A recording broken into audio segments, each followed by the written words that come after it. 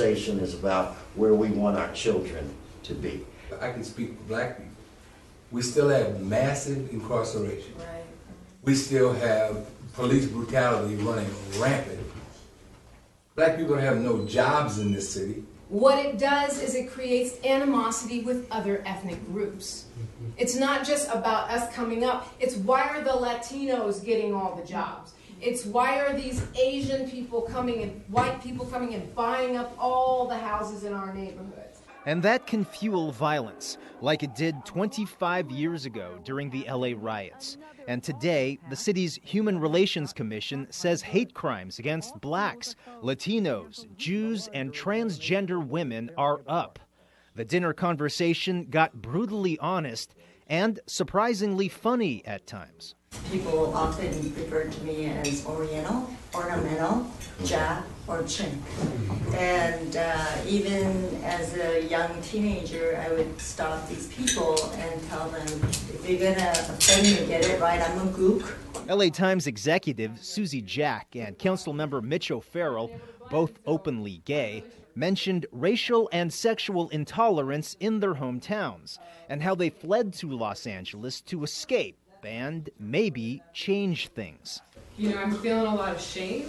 Feeling a lot of shame for white people, for myself, and a little bit with my family, and trying to figure out how to channel that into some productive way. I can play a part in making sure that we enact policy that will guard against those regressions. That to me is inspiring and very positive when I'm hearing the discussion here. At dinner at the home of Council President Herb Wesson, I'm Gil Reyes for LA This Week. The city's Human Relations Commission found hate crimes have risen sharply, particularly in downtown and on the west side. Another group is also trying to spread a message of love and acceptance for the LGBTQ community. As Rasha Goel explains, group members are hoping their anti-bullying campaign will bring communities together. No matter what we have faced as a community, no matter what you have faced as a person, no matter what we will face throughout the rest of our lives, we must work towards spreading the message of unconditional love, because I believe that will help advance us as a community. And that was the message the Latino Equality Alliance was spreading with their anti-bullying campaign. Our LGBT Youth Council is hosting a rally, and this rally is to promote love and to promote awareness about the issues that are facing the LGBT community. And what we want to do here is call an end to homophobia, transphobia, and Islamophobia. I think that there should be more education around the subject. It's still a hush-hush subject. Naveed Merchant, an activist and supporter, was on hand to share his experience growing up as a gay Muslim. I knew that God, or as we call him, Allah, made me gay, and that it was a beautiful gift. I knew that from 12. The most common question I get as a gay Muslim is, how do you reconcile your faith with your sexuality? And I say the answer is easy. There's no reconciliation, because there's no contradiction. Baby, I was born this way. I'm beautiful in my way. School officials also want to promote the importance of LGBT awareness in LAUSD schools. We need to make sure that our students have the opportunity to see someone in a different position of power, especially our people of color, and know that we will advocate for them. The community should just be more aware and know that we are also part of society, and we are not second-class citizens, and we are not different. We are the same. A message many attending here hope will be heard loud and clear. I'm Rasha Goel for LA This Week. Officials from the Latino Equality Alliance say they are also requesting more resources from elected officials for the LGBT youth. With passage of measures H and HHH, voters overwhelmingly approved more housing and services for people who are homeless.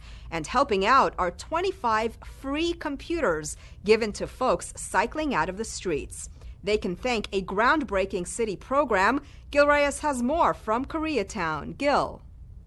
Well, Yana, as you know, we've reported extensively on the city's innovative computer giveaway program at schools, at senior housing facilities, but this is the first time, at least to my recollection, at a facility for the formerly homeless, transitional housing specifically. So these computers are expected to go a long way at a time when both the city and county are focusing very hard on homelessness. Thank you. Monica Mesa used to be homeless, but thankfully found transitional housing at Menlo Family Apartments in Koreatown. The building and its supportive services are helping her get back on her feet. And more help today, this free computer to help Mesa find a job and help her 9-year-old daughter do homework. Oh my gosh, she's going to be thrilled when she sees it. I told her I'm going to have a surprise for you. She doesn't even know. She doesn't know. Mesa can thank the city's Our Cycle LA program. It takes outdated city department office computers and instead of throwing them away, repairs them for families in need.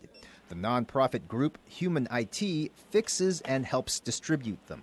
25 computers, yes, and it does include the desktop, the monitor, all their cables, their keyboard, and like I said, hotspot to take around as well. You can give it to her. I want to give this to you. Families also receive 3 years of free internet. Council President Herb Wesson and the city's Information Technology Agency came up with the concept 2 years ago. And since then, 2,700 computers have been given away free citywide. And all we want to do is to make sure that everybody has a shot to be whatever the heck it is they want to be in the future. And in order to do that, you need access to computers.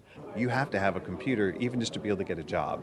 Employers more and more are requiring you to be able to submit your applications online. So when you're in an area where you have transitional housing, it's quintessential. Mr. Reyes, this is Natalia. The computer will also help Natalia Seals, a single mom who's caring for a special needs child. I have a 3-year-old son that is autistic, so it's kind of hard. You know, he needs most of my time. And it will also help him and me to get information on autism and speech therapy classes or something online. Thank you to everyone that was able to help my community, my apartment for these computers. Oh my God, yes, most definitely. Thank you, and God bless all the people, whoever made this possible for us, because it's definitely a blessing for my family. From the latest Our Cycle giveaway in Koreatown, I'm Gil Reyes for LA This Week. And tenants will be able to keep those computers even after cycling out of transitional housing. Well, it's the first time the city celebrates its Jewish heritage. City leaders and the Jewish Federation of Greater Los Angeles kicked off what they hope will be a yearly event. Anna Marcos takes in some kosher nosh and some theater. And she named him Moses. A diverse group of actors helped bring a part of Jewish history alive. My people, bruised, beaten, and burned. This was Theater Dybbuk, bringing in the city's first Jewish Heritage Month celebration at City Hall with the play Exegog. The story has biblical and historical origins, but it's also incorporated the issues of present-day immigrants. And so I feel like this celebration of Jewish Heritage Month is actually a celebration of all peoples who are just looking for a place to live and call home. The city's top 3 elected leaders, as well as several council members, can all claim Jewish roots. We know what it's like to be the other.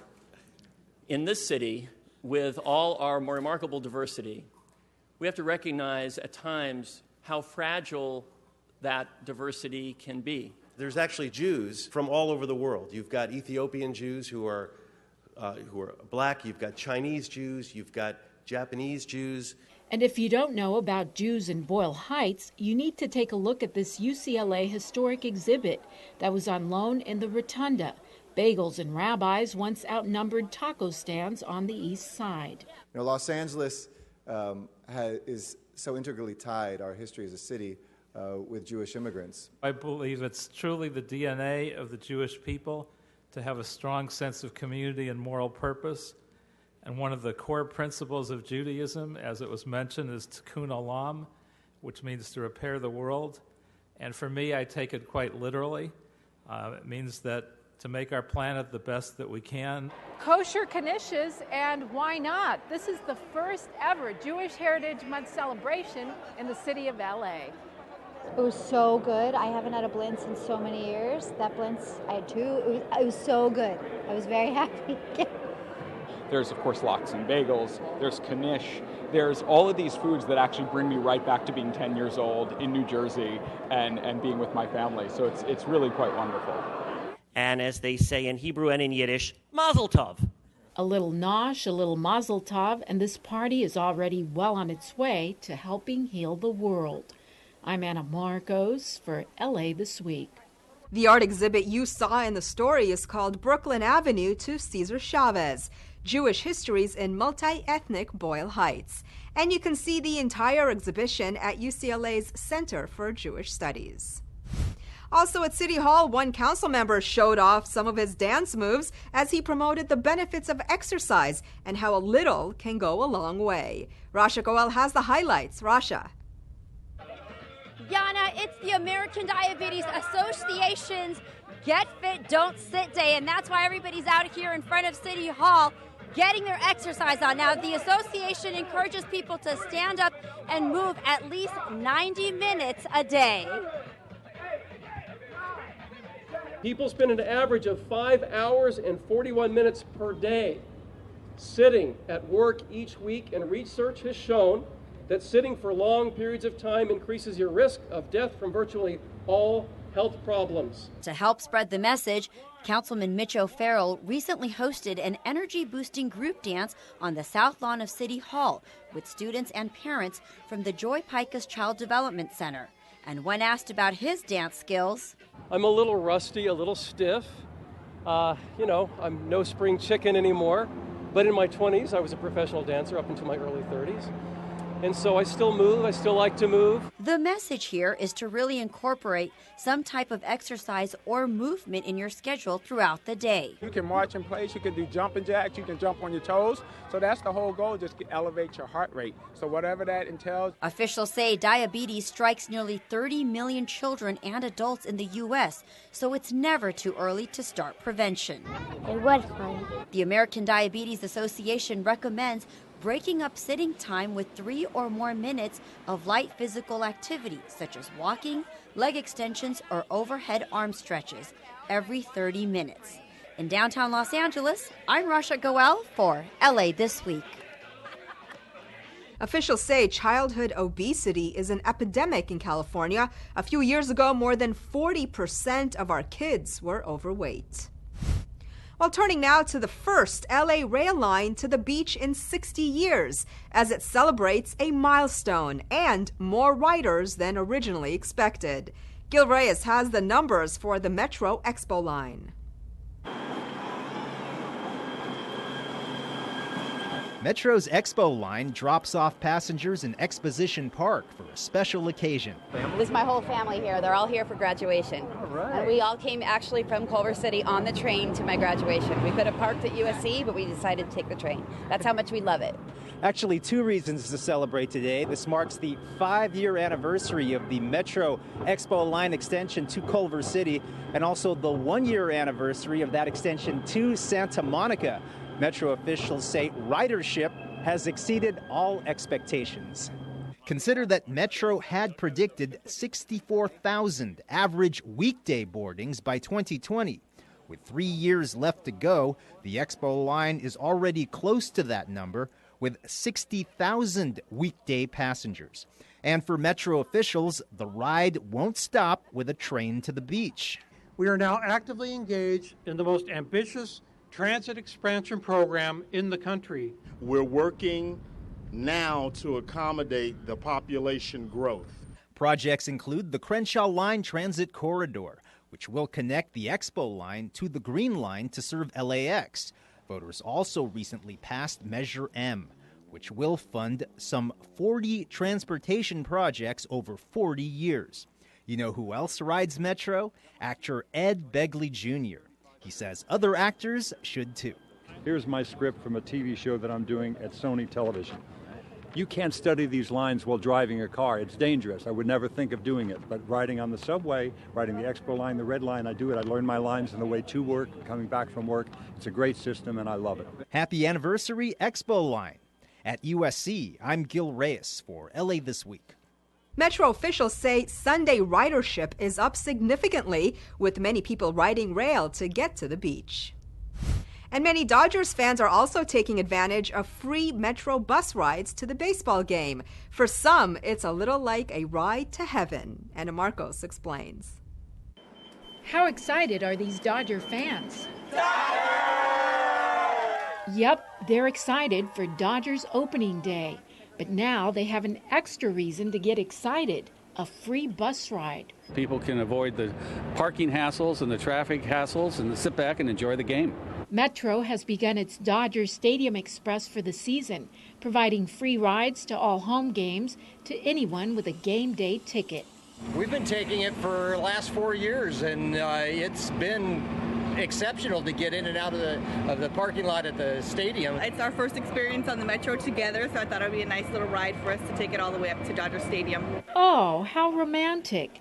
But for some, the trip is more of a heavenly experience. Going to the big blue heaven upstairs, so after you do the Union Station, get a cup of coffee, and then just head on up. It's actually a really good way of seeing LA.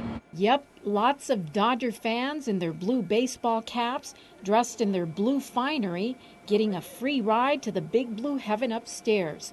No, not that big blue heaven way upstairs, just the Dodgers one on top of the hill. So let's see some of that Dodger spirit. Go Dodgers! Go Dodgers! Nah. Go Dodgers! Nah. Go Dodgers! Better, but hold on. It's a little less to park here at the... Go Dodgers! Thank you. Now that's what we're talking about. The Dodger Stadium Express leaves from Union Station downtown and the Harbor Gateway Transit Center. So happy Dodgers Day, getting a free ride to that big blue heaven upstairs. I'm Anna Marcos for LA This Week. The Dodger Stadium Express has shuttled 1.2 million fans in the last 8 years. For more information on the bus service, call 213-922-2707. On the other side of town in San Pedro, other folks promoted a different way of getting around on two wheels. Gil Reyes reports from Bike to Work Day, which is increasingly becoming every day for many cyclists. Marissa Garcia works in downtown and notices more and more cyclists riding to work, like she does every weekday. When I started 2 years ago, I would find it was just me on the road. Nowadays, I find that, I ride in a pack of 3 or 4 people, and it's really fantastic. So I love to see the changing landscape of downtown. I would love to see a lot more bike lanes. Garcia and others cycle to work on National Bike to Work Day. The LA County Bicycle Coalition and Metro have a few surprises set up. So today this is our Bike to Work pit stop. We have coffee, water, bananas, tangerines, and we're just flagging down cyclists as they come by, chatting with them a little bit, thanking them for being out on the road. And encouraging more bicycling to work all year round. Many of these cyclists are coming from 20, sometimes 30 miles away, making the trek to downtown at least once a week. Like R.J. Palace from Chatsworth. Commuting to work from Chatsworth, that's kind of a ways. That's the other side of the city. It is, but there's a lot of public transportation. You can take the Metrolink, which has a lot of places for you to put your bike in. You gotta do bike karaoke. Coming in from the South Bay are LA City Council member Joe Buscaino and his staff. They are psyched about the recent passage of Metro's Measure M, clearing the way for more bike lanes, bike paths along the LA River, also more bus and rail for placing those bikes during those really long commutes. It's an exciting time in the city for us, and as chairman of Public Works, I'm looking forward to leading that policy discussion alongside my colleagues in the City Council. We are doing everything we can to promote using your bike in our city and do so in a safe way. So especially if you work and live in downtown, there's almost no excuse. You cut back on pollution, you get your exercise in, and you don't have to find any parking, which is rare to find in downtown anyway. My only question is how not to ruin a suit if you have to wear a suit to work. You can have suits at work, so a lot of people will leave stuff at work, come in and change. Or if it's a casual Friday and you can wear jeans that day, great day to bike to work. So, everyone doesn't have to do it every day, but you can start small and just do it a few days a week. And start living healthier, happier lives. In downtown Los Angeles, I'm Gil Reyes for LA This Week. And even if you don't own a bike for downtown riding, you can rent one at more than 60 Metro bike kiosks in the downtown area. The Korean community celebrates a key figure who helped write their history. The Department of Public Works gets special recognition from the mayor, and a new bike storage facility helps public transit commuters get around the city more efficiently. All these stories in City B.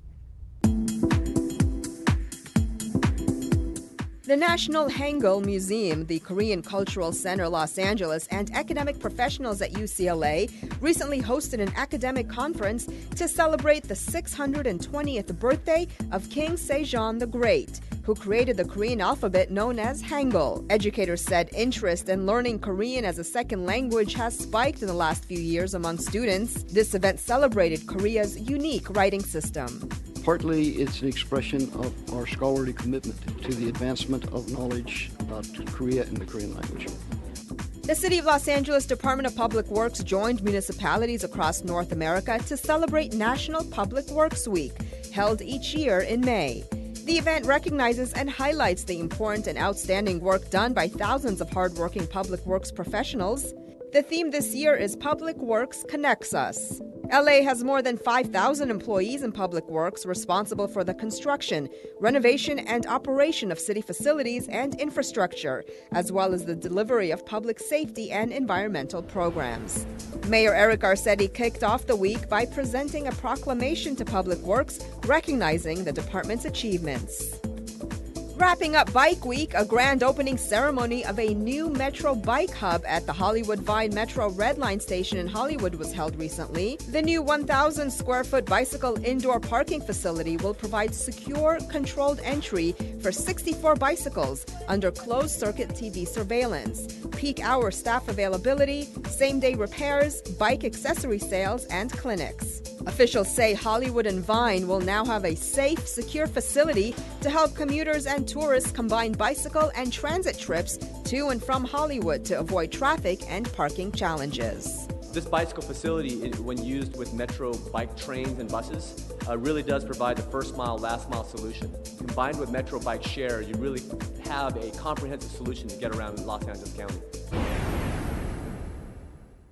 Celebrate a historical figure in Los Angeles during Lummis Day festivities.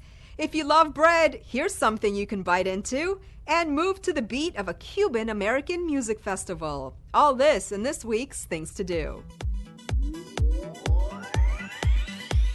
This weekend, you can enjoy some fun at the Lummis Day Festival. Lummis Day is named after Charles Fletcher Lummis, who was the first city editor of the Los Angeles Times and founded the Southwest Museum, or the first museum in LA.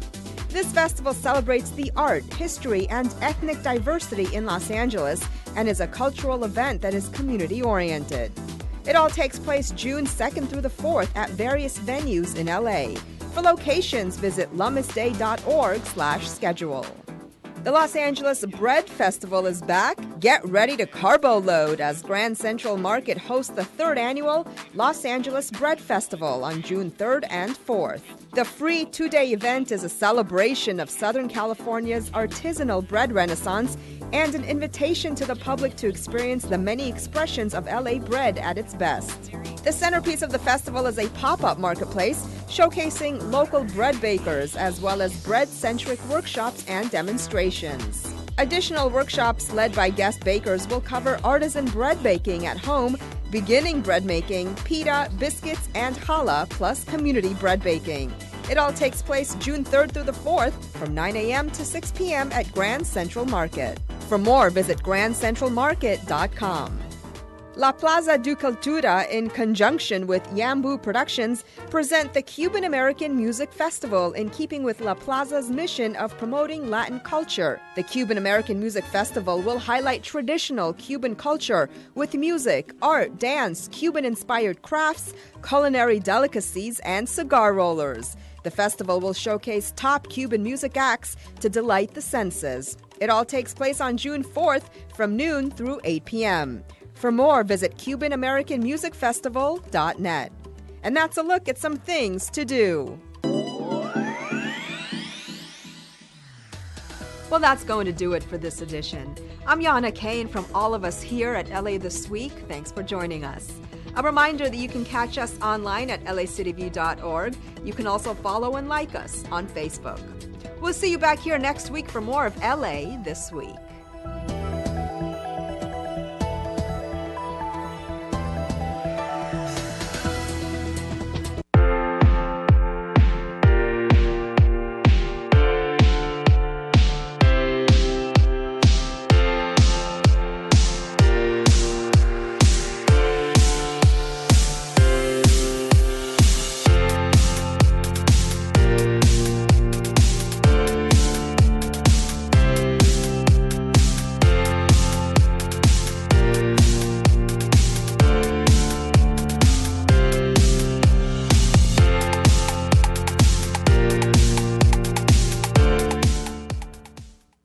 Ever notice how we no longer focus our attention on one thing at a time? We don't just walk or even just drive. We focus on so many different objects we don't notice the dangers ahead of us. We're a distracted society. We're blind to the importance of being safe, to the things that really matter. Blind to the things that could actually save our life. We're blind to everything surrounding us. Be aware. Move with care. Watch the road. Don't worry, Patty. This isn't going to hurt me one bit. Hi, I'm Dr. Eric Shapiro in beautiful Encino, and you're watching LA City View, Channel 35. Our city, our channel. Open wide.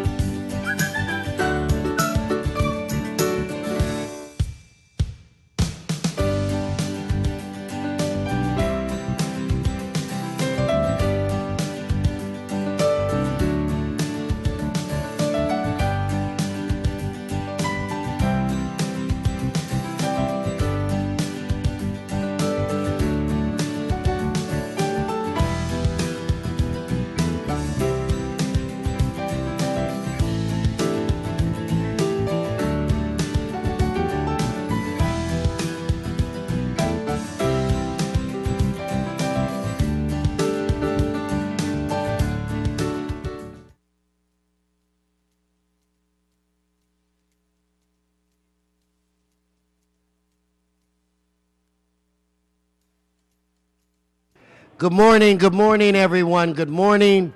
It is Tuesday, May 30th. If I could ask everyone to please take your seats. I want to welcome you all to City Hall. This council meets every Tuesday, Wednesday, and Friday. The public is welcome. Today is a good example of that. Madam Clerk, we have a quorum. Would you please call the roll? Blumenfeld, Bonin, Buscaino, Cedillo, Englander, Harris Dawson, Weezer, Koretz, Krikorian, Martinez, O'Farrell, Price, Rue, Wesson. 12 members present and a quorum, Mr. President. Thank you. First order of business. Approval of the minutes. Mr. Price moves and Mr. O'Farrell seconds. Next. Commendatory resolutions for approval. Mr. Rue moves and Mr. Weezer seconds. Continue. And today is Tuesday and time for the flag salute. So what I'm going to do is ask everyone to please rise, and I'm going to recognize Mr. Mitchell Englander. We're going to have a special group of young people lead us today. Mr. Englander. Thank you very much, Mr. President. From Alta Loma, we've got the Boy Scout Troop 655 in the house. Who's going to lead us? Let's give them a round of applause.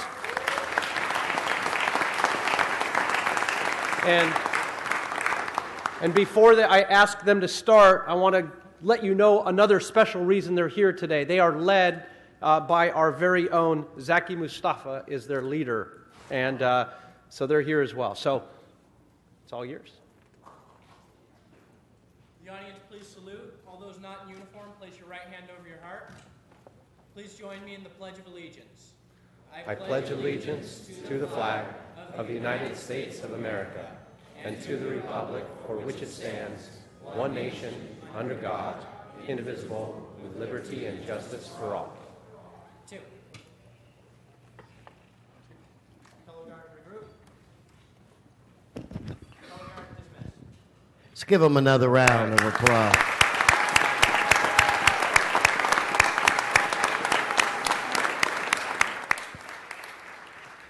Please take your seats.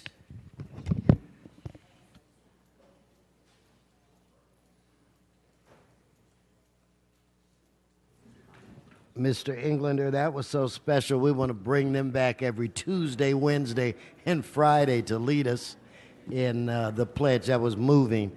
Let's go through the Mr. Krikorian. Thank you, Mr. President. Sorry for the interruption. I just wanted to remind the scouts that are here that if you don't already have the Citizenship in the Community Merit Badge, by sitting here, you meet requirement number 3. So I hope you brought your blue cards with you.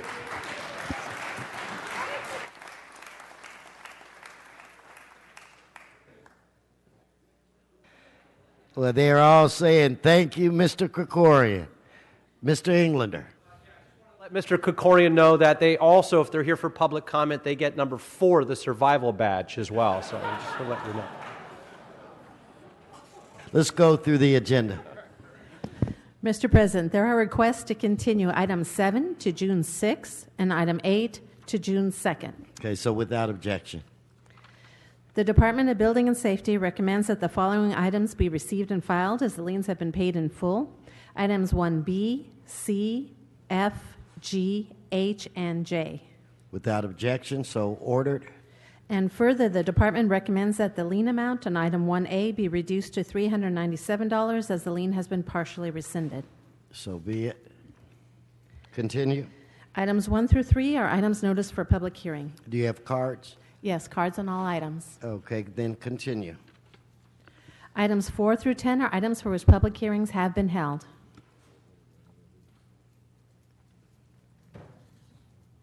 Okay, no specials.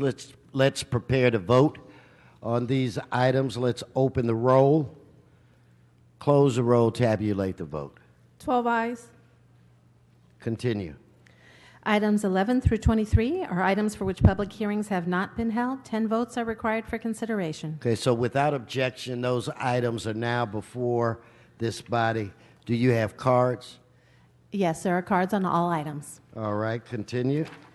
On the continuation agenda, item 24 is an item for which a public hearing has not been held. 10 votes are required for consideration. Okay, so without objection, that item is now before us. And there are cards on that item. All right, so that brings us where? Mr. President, that takes the council back to items called special or presentations. Okay, so let's go to the presentation portion, and I'm going to ask Ms. Martinez to begin today. The floor is yours.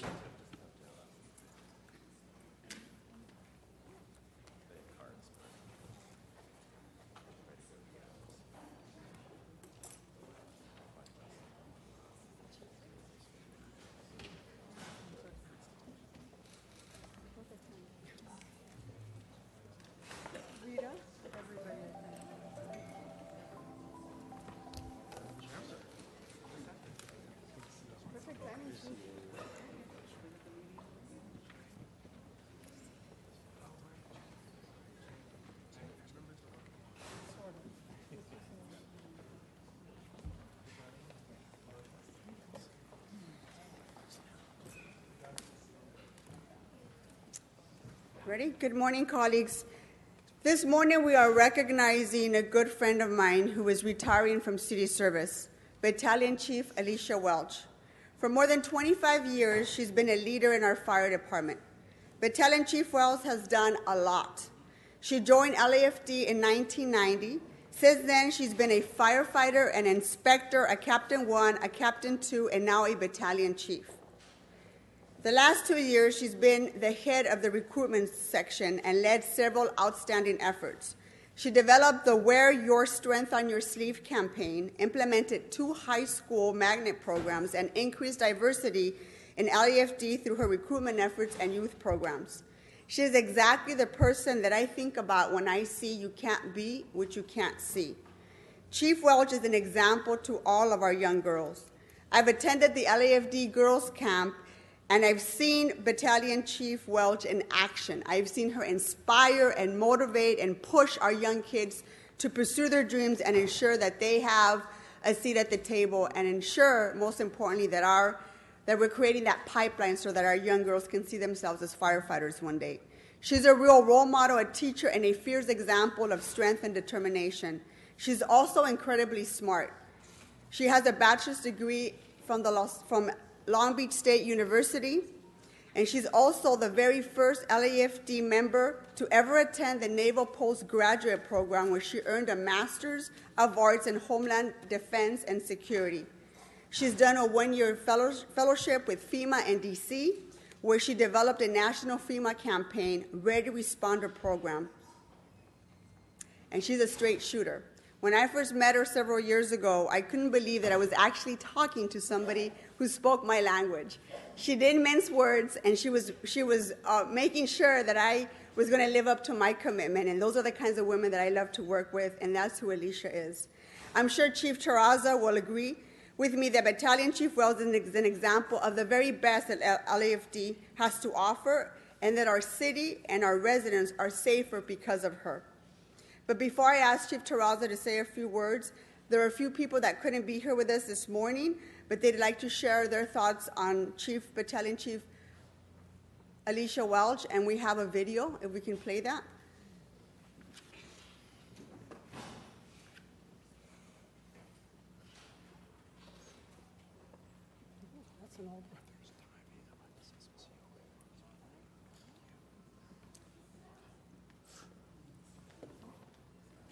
Can we stop it for just a second? We don't have any audio.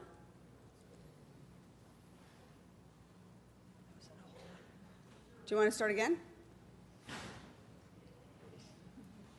Did you do that?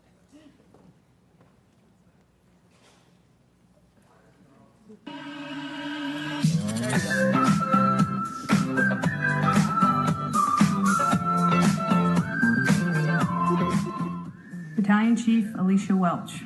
When I think of you, I think of colleague, I think of professional, I think of you as a leader, a mentor, a coach, and a guide to so many of us within the LAFD. Most importantly, I think of you as my friend, and I cherish that very much.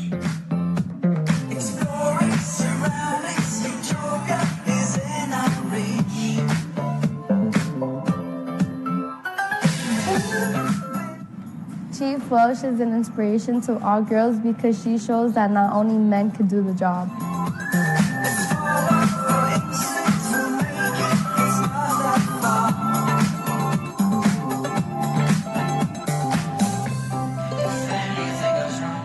I learned to do so many things that I never thought I would be able to do, from working chainsaws, climbing ladders, and working hose, and it was very empowering.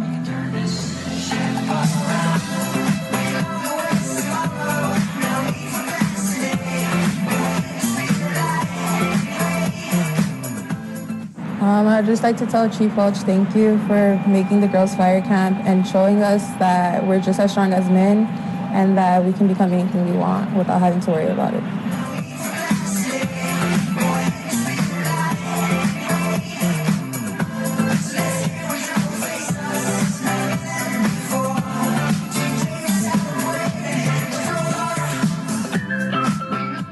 Thank you, Chief Welch. You will definitely be missed.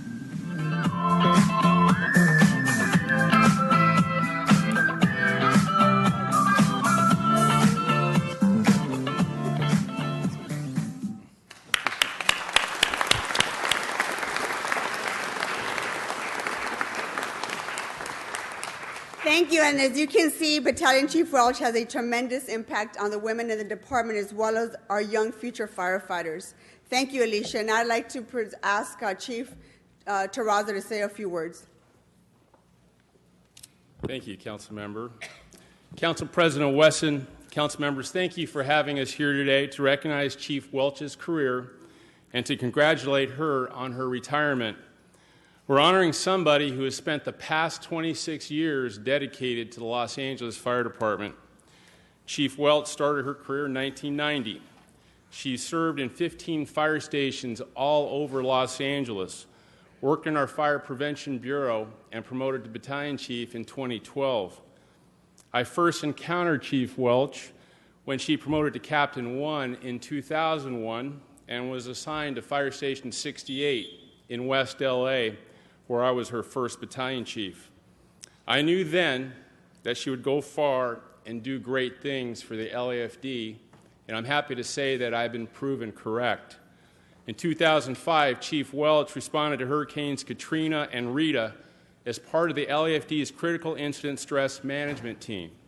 In 2009, Chief Welch was selected as one of 3 distinguished fellows by the Department of Homeland Security. During her fellowship, she lived in Arlington, Virginia, and was assigned to FEMA headquarters in Washington, D.C. She dedicated her year-long assignment to learning about community and employee emergency preparedness. For the past 2 years, Chief Welch has led our firefighter recruitment efforts. She has created a plan, assembled a team, and executed a strategy to create a more diverse department that's better reflective of the people that we serve. Now, in terms of gender, Chief Welch has more than doubled the size of our female candidate pool, which is already paying dividends as we have 7 female firefighter recruits currently at our Harbor Drill Tower Academy. We have Chief Welch. You can applaud for that. We have Chief Welch and her team to thank for that and much more. Since I tasked her with her new assignment as a recruitment chief, she's implemented girls' camps, women's seminars, youth programs, the Candidate Assistance Program, and firefighter expos throughout the city. She's leaving our department in a much better place, and while we are sad to see her go, we know we will continue to be in good hands with her successor, Battalion Chief Katie Kepner, who will build upon Chief Welch's efforts. Chief Welch, Alicia, thank you for your service. We wish you a long, happy, and healthy retirement in your new home in the state of Colorado. Congratulations.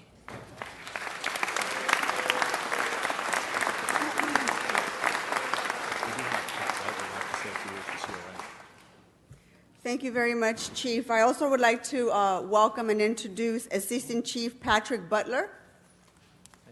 Thank you very much. Good morning, council members, council president, members of the public, and the department staff. Alicia and Rita, congratulations. Patrick Butler, Vice President of the Chief Officers Association of the Los Angeles Fire Department. Just want to congratulate Alicia on an illustrious career. There's a few words that come to mind, 3 of them about Alicia that I really want to share upon this group here. One is mastery. Alicia was a master at her job, technically competent, mastered in every area of the job, and one of the most competent fire ground command officers in our department. Secondly, compassion. She was one of the first members of our department to use those soft skills, soft power. She's a straight shooter. She has hard power as well. She was born the daughter of Los Angeles County deputy sheriffs. Her father was an illustrious, decorated homicide detective for the county, and her mom was one of the first female deputy sheriffs back in the day when you came to work as a policewoman with heels and you carried your gun and a purse. So she knows about soft and hard skills, but also she did a lot for critical incident stress debriefing when that wasn't popular in our department. And lastly is influence. She's influenced many generations. One thing she's influenced is the executive team on the Chief Officers Association. She is the first woman in the history of this organization, the chief officers, to be elected at large by her peers to be a director. And she served, and her votes were amazing. In fact, many of us would love to have the amount of support she got amongst her peers. So I'd like to say thank you for your support. Thank you, Alicia, for your public service, and thank you for the friendship to all of us throughout the years.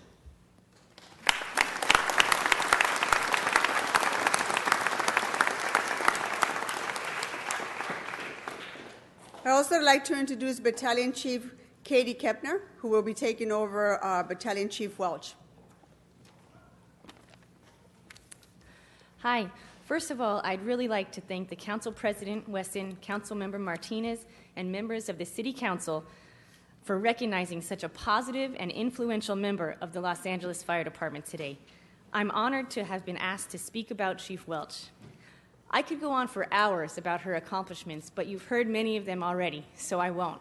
And it's hard to put into words the impact that she's had, not only on me, the women of the Los Angeles Fire Department, but girls and women all over Los Angeles. She's not only been a personal mentor to me, but has had a widespread impact on the department, the city, and public safety professionals everywhere. Above all, Alicia genuinely cares about people. She is compassionate, innovative, hardworking, and has demonstrated her dedication and professionalism through her performance and accomplishments over the last 27 years. I was humbled when I was asked to take over Alicia's position as the recruitment chief, and I know I have very big shoes to fill. It's my goal to continue the amazing programs that Chief Welch has instituted and ensure they're available to all of our youth throughout Los Angeles for many years to come. So I would like to thank Chief Welch, Alicia, for her leadership, mentorship, and continued support and devotion throughout her career, and I wish you a very long and happy retirement. Thank you.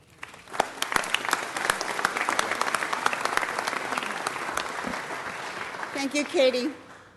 As you can see, she has left big boots to fill, but she's created a pipeline with so many talented women that can step up for the job. She's been instrumental in building that pipeline for future female leaders in LAFD. And Chief Terraza and I have decided to create a special award named after Battalion Chief Welch, an award that would encompass the spirit and dedication of the battalion chief, and that would be presented to a participant at each fire camp. Your strength and your work will continue to thrive. Before I present the certificate to Chief Welch, I want to also introduce and recognize her wife, Rita, who is here today, and she flew in from Colorado. If we can please come here. We could not do it without our partners and our significant others. And I'm very appreciative of you being here this morning. And I don't know if any of the members have any special comments to make, but I just wanted to, before I introduce Alicia to say a few words, I wanted to give anybody an opportunity to say a few words themselves before we present the award. But I wanted to introduce Rita and just thank her for being here. She flew in from Colorado, and they're going back to Colorado at the end of the week to live there. Well, let's give them both a round of applause. So, it means a lot that she's here. And, you know, it is so important that kids grow up believing that the sky is the limit. In fact, the kids grow up believing there is no limit and that anything is possible. And the only way they believe that is when they have role models and they have examples. And you are without a doubt one of the best. In fact, I'm just staring at you, and I'm saying, I just said to my aide that was here, well, what the hell? She's so young. What the hell is she going to do? I mean, she's going to be crazy by next Tuesday. I mean, so I cannot envision you not being active. And where it relates to the girls' camp, that's phenomenal, your involvement. And I'm proud that I think this summer we're bringing a batch of young ladies from my district. And I know they're very excited, and I'm very excited. So I just want to thank you for opening up a door. And I think that we are LA, and it's our job to send a message to the rest of the country that people should be judged based on their deeds and their actions, and that's it. And that's why I'm just so sad to see you go. And I just want to thank you, personally thank you for your service, and ask that we give her and give the family a round of applause.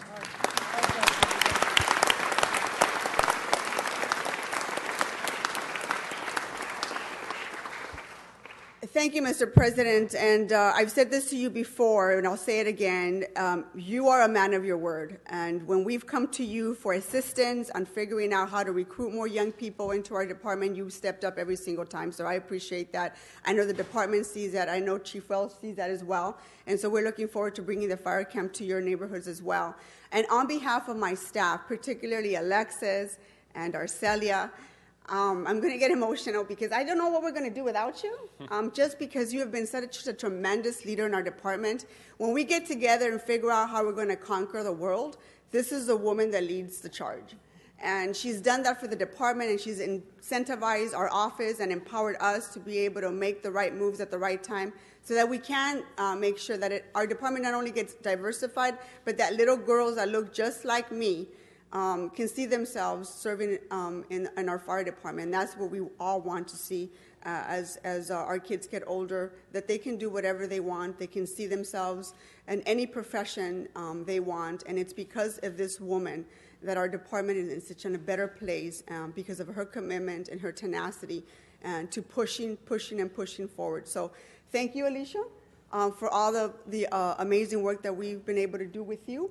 On behalf of the city and on behalf of my staff, I want to thank you and wish you an amazing retirement. I will call and bug you, and when I'm in Colorado, I will stop in because the work is not done here. But we know that you are going to be an amazing leader wherever you are. And so on behalf of the city of Los Angeles and on behalf of my staff, congratulations. And we just have a little token of our appreciation. I have a bad shoulder, so I'm going to ask you to help because you're stronger and a lot more fit. So here we are. On behalf of the city of Los Angeles, thank you for your contributions to the fire department and to the many, many young people that one day will be able to call themselves a firefighter for the city of Los Angeles. Congratulations. Thank you. Congratulations.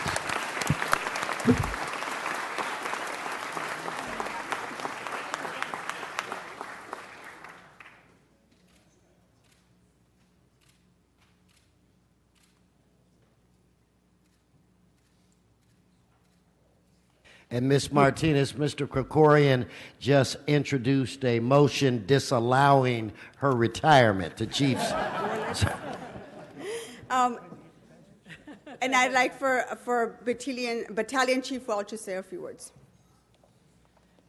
Welcome. Let's give a round of applause. Welcome. Thank you. Thank you. Thank you. Well, good morning, Council President Wesson and members of City Council, all my friends behind me, the public. Thanks for having me. If you didn't know, this was a surprise, so normally I would come to something like this with prepared remarks. But one thing that stands out throughout my career as I look across at all of you is I've been successful in the various endeavors in Los Angeles Fire Department because I've been partners with all of you.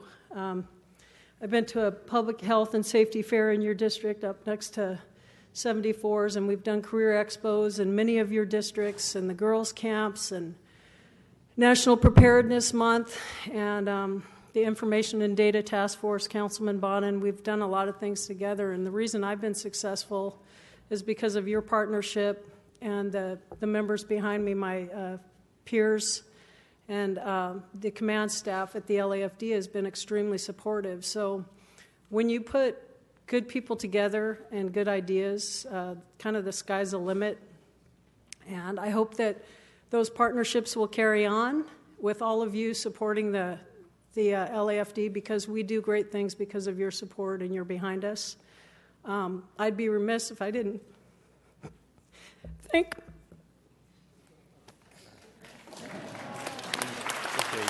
I wasn't going to thank you. I thanked him. I was my family. The reason I've been able to be so focused at my career, we all know that because you've all sacrificed time with your family. And so if you wonder why I'm leaving at this young age, I'm going to go give some time back to my family and my personal hobbies. So if you want to come visit Alexis or Justin or any of you, come visit me in Colorado. We'll be hiking, or we'll be biking, or we'll be skiing, or we'll be doing something. RCLM, maybe we'll run a half marathon, I don't know. But that's what I'll be doing, and I leave knowing that the city's in good hands with a lot of good initiatives going forward, and I look forward to reading about great successes. Thank you for all your support over the years.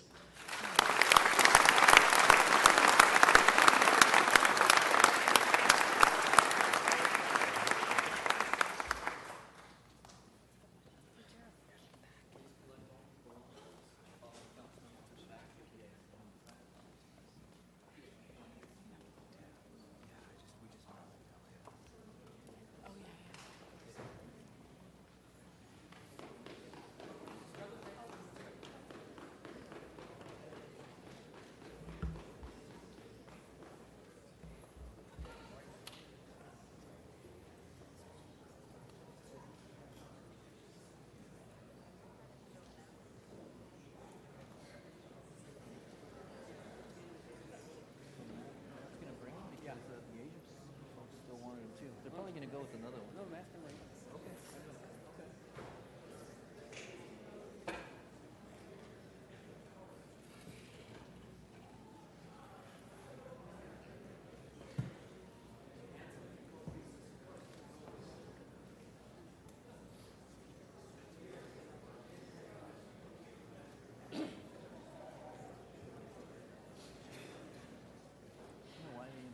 One more round of applause.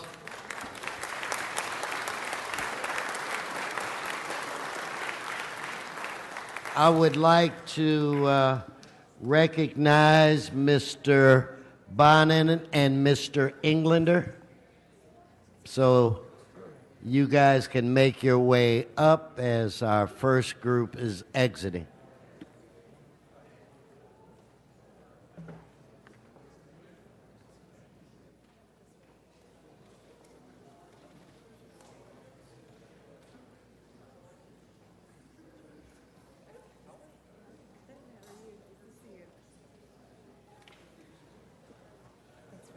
Oh, of course. Oh.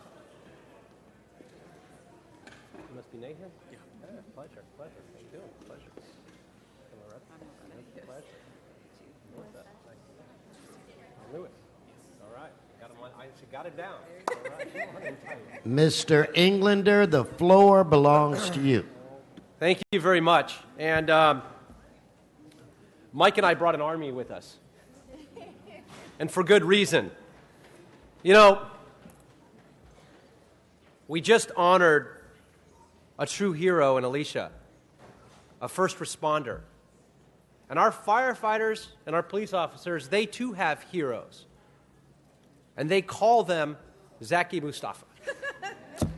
Now, I'm joined here, along with Mike, with Zaki's wife, Loretta, his son, Nathan, his daughter, Melissa, and her boyfriend, Lewis, as well as the entire Boy Scout troop 655 that we just heard from. And the whole department. And the entire, I think, well, most of the department. Most of the department. Is anyone out of my grade street? You know, we have some incredible valued public servants that we get the opportunity to work with. And few have reached the level that Zaki has. And he's retiring. I'm not sure what we're going to do. After 2 decades serving with LADOT as designer, a project manager, executive officer, helping to design countless and manage the installation of countless improvements, including streetscape improvement projects, pedestrian and school safety improvements, school synchronization and signal synchronization programs, all Measure M projects, new traffic signals, over 175 miles of bike lanes, the city's first people plaza, the city's first 4 parklets, the city's new Continental Crosswalk, the first low-cost traffic calming pedestrian enhancement project on Broadway, and so many, many more in all of our districts. In fact, it is rare that you call somebody in the city of Los Angeles on a regular basis and they don't say, well, we're not sure if we could do that. We don't have the funds or the resources, but just the opposite. We'll get it done. Whatever you want, we'll get it done.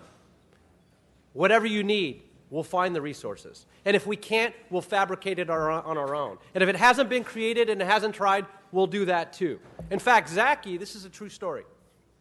Years ago, he was on scene, as he often is, at a location, and they needed some crosswalks, some people to slow down.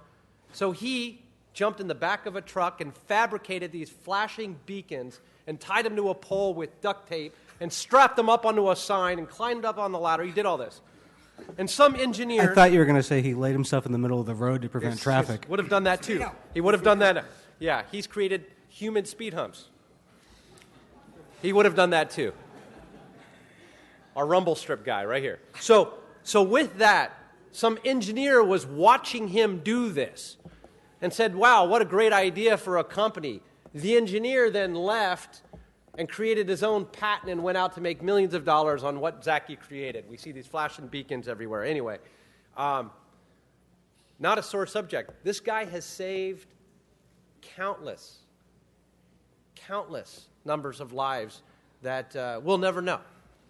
With traffic calming measures, with creativity that we only hope for. And always does so with a smile on his face, very responsive. He's just been incredible. And he's also helped to reduce not just traffic issues, but commute times. He helped create the Aliso-Alameda Bus Expressway.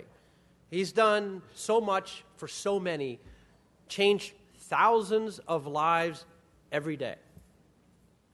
In fact, Zaki's the guy that will often call me after hearing about something, whether it's an incident in the press, whether it's something that had happened at an intersection, and we're trying to figure out, well, what are we going to do to fix this? He's right there with 100 ideas and ready to do it at a moment's notice. In fact, we've been struggling for years. Since I was a little kid, we've had this issue in the San Fernando Valley and many other areas, including in San Pedro and many areas where we have these speeders, these racers. And it's become a real problem. People are getting killed. There's been great bodily injury and harm. A lot of people are not only being injured, but innocent bystanders that are being hurt. So we've poured in millions of dollars over the years, and we've created these special LAPD task forces to go out there and work on slowing these speeders down, stop these racers from what they're doing, and we haven't been able to do it. They've become so sophisticated where they have police scanners, they have spotters, they're on social media. They're gone before we get there. So Zaki, of course, says, hey, why not create rumble strips? A new pilot we're starting this summer because of him. Again, saving lives even after he leaves the city.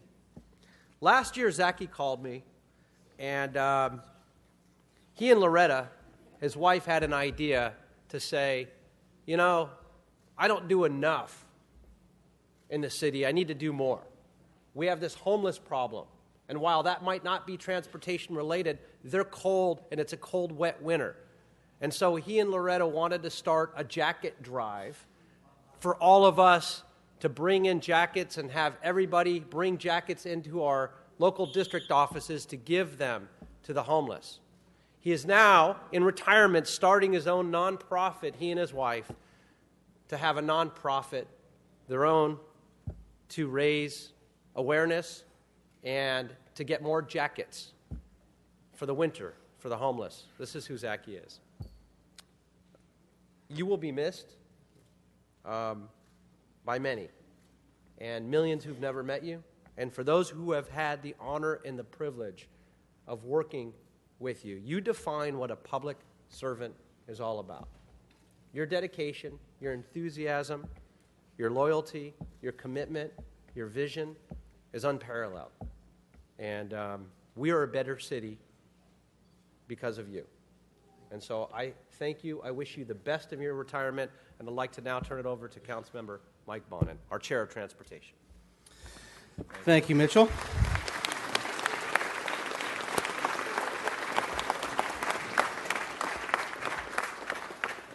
So it's hard to follow that because Mitch literally read everything that Zachy has done with his years with the city. I have had the pleasure of working with Zachy for a long time. Zachy was the first person I gave one of my Yes Awards to, thanking folks who work in the city for cutting red tape and for getting things done.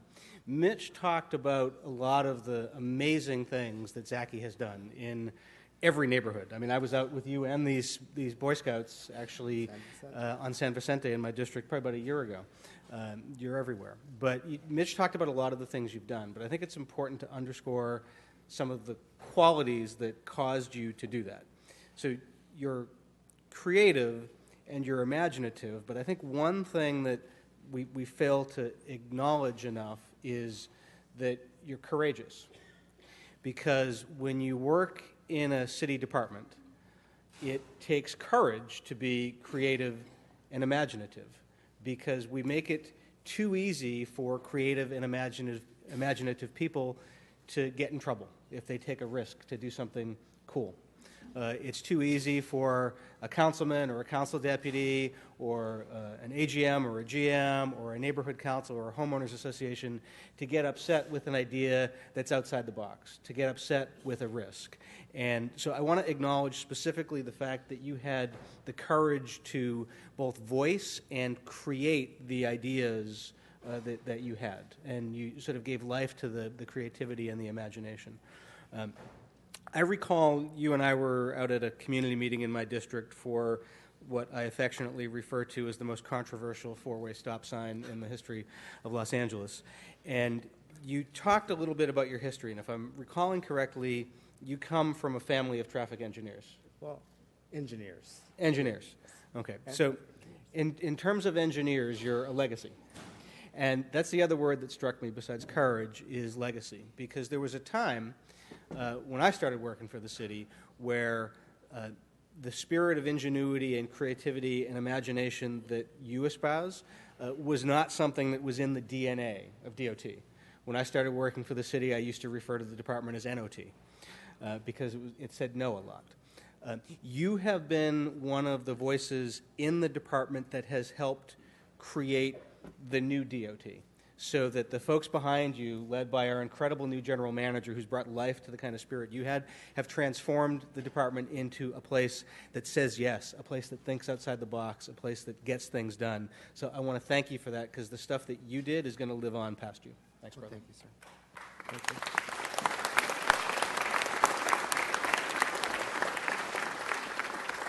Before I turn it over to our general manager, as long as we're telling some stories, I'll tell another quick one, because there's so many with this guy. It's unbelievable. We had the largest food truck gathering in the entire city of Los Angeles, and it was a disruption. It was a major disruption. The easy thing would be to say no. We're going to put signs up, we're going to move them somewhere else, and we're going to get rid of them. Zachy said no. We can't just get rid of these. Everybody loves it. We got thousands of people coming out. Let's make it safe. Let's create a way where we can have a special parking district just for the food trucks on the specific nights they want to be there. We'll work with the chambers, the neighborhood councils. He was there. Then, because it was such a success, We had to figure out how to cross people across a street that didn't have a signal. We didn't have the money for a signal.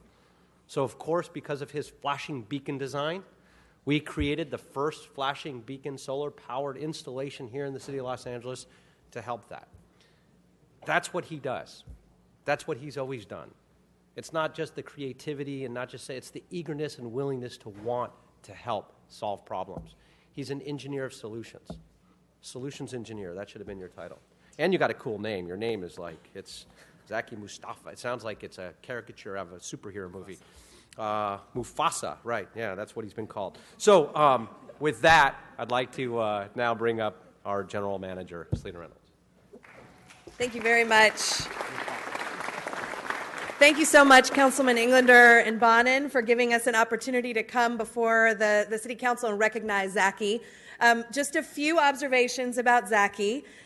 You cannot hang out with Zaki for very long without knowing how much he loves his family. His granddaughter Sabrina is the apple of his eye, and as we all know, she is incredibly lucky to have him as her granddad. We hear that frequently because he's got the award for world's best granddad. We know that he loves his profession. So I've known Zaki for about 15 years because he's been very active in an organization called the Institute of Transportation Engineers. It used to be Institute of Traffic Engineers. But you can see Zaki's creativity and his leadership and his risk-taking has really infused that organization with a new outlook. He's taken on leadership roles, elected roles, national roles in that organization. So his influence and his leadership extend well outside the city of Los Angeles, whether he's inspiring professors to bring grad students to come give us, what's a kind way to say free? Cost-effective traffic studies to help us solve some of our most difficult problems, or going and lecturing and getting young people excited about the opportunities that come with being a public servant in a city like Los Angeles. But last and not least, we know he loves his city. Whether he's out being a creative problem solver, going above and beyond with jacket drives, bringing his Cub Scouts out to clean up along corridors, or picking up the phone every single time one of you calls, he is indispensable to the Department of Transportation. We are going to miss him incredibly, and we know that his legacy is for us to cheer each other on and give each other the benefit of the doubt and approach even the most intractable issues with a spirit of creative problem solving. And last but not least, I just want to say that none of us gets to be a hero without an incredible team behind us. So for all of the district engineers, for Brian, for Roy, for Mo, for Rudy, for Murdad, for Jeannie, and for the talented painters and electricians and the signposters who make Zaki's ideas come to life, I want to just recognize that they are part of his legacy too. And we look forward to getting many letters with many creative suggestions for issues in the city of Los Angeles, because we know that Zaki will not be able to just sit by without jumping in and getting in the game the way he has his entire career. So thank you, Zaki. Thank you.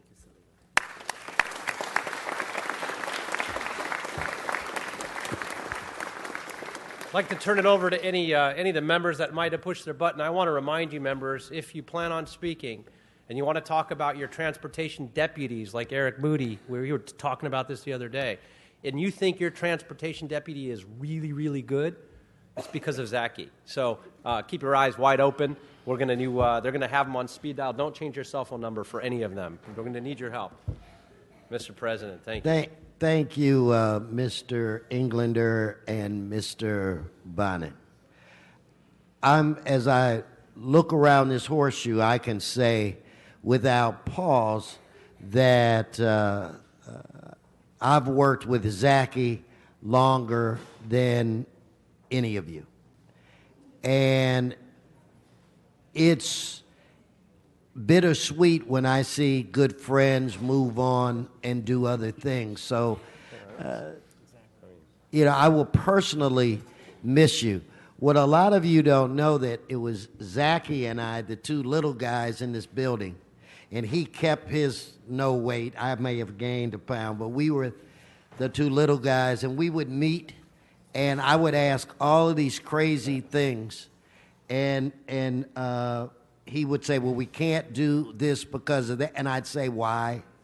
And he'd have to give me an answer, and then I would say, what else did I say to you, Zachy? Based on what? So my whole why, best, and together, he started, and I won't say what it was, but we tried something that was kind of out there, and it worked. And from that moment on, Zachy was the greatest out-of-the-box thinker that I have ever met in any department. It got to the point where when the answer was no, it was a challenge for Zachy to figure out how to make it work. You know, we both believed that we had a responsibility to the people, the residents of Los Angeles, to try to deliver their services. And I have never, ever, and I have been around the block, worked with anybody that is as creative as Zachy and more aggressive, where he would get in his car and go out to the actual location and pace it off in time. And so, Zachy, I can't say enough about you. You're one of my, one of the people that, you know, helped me develop when I started out in 1986. And so we've been doing this quite a while, and I'm happy for you and your family. So let's give Zachy another round of applause. Mr. Koretz. Thank you, Mr. President. And usually we only say this about folks in the fire department and the police department, but you're my hero, and you're my staff's hero, and they constantly tell me about creative things that you've done and amazing problem solving and how unconventional your thinking is. And I appreciate your great work in a variety of places in my district, from fighting speeding near the Expo line to neighborhood intrusion issues in Bel Air to tons of stop signs and other things that other folks would have probably told us couldn't be done. So I just want to express my appreciation, and my staff has asked me to express their appreciation. You've done such an amazing job, and I'm just sorry that you're retiring. It's good for you, bad for us, but hopefully you've been a great example to your whole department as the perfect role model of a public servant, and we appreciate all your amazing work all these years. Mr. Root.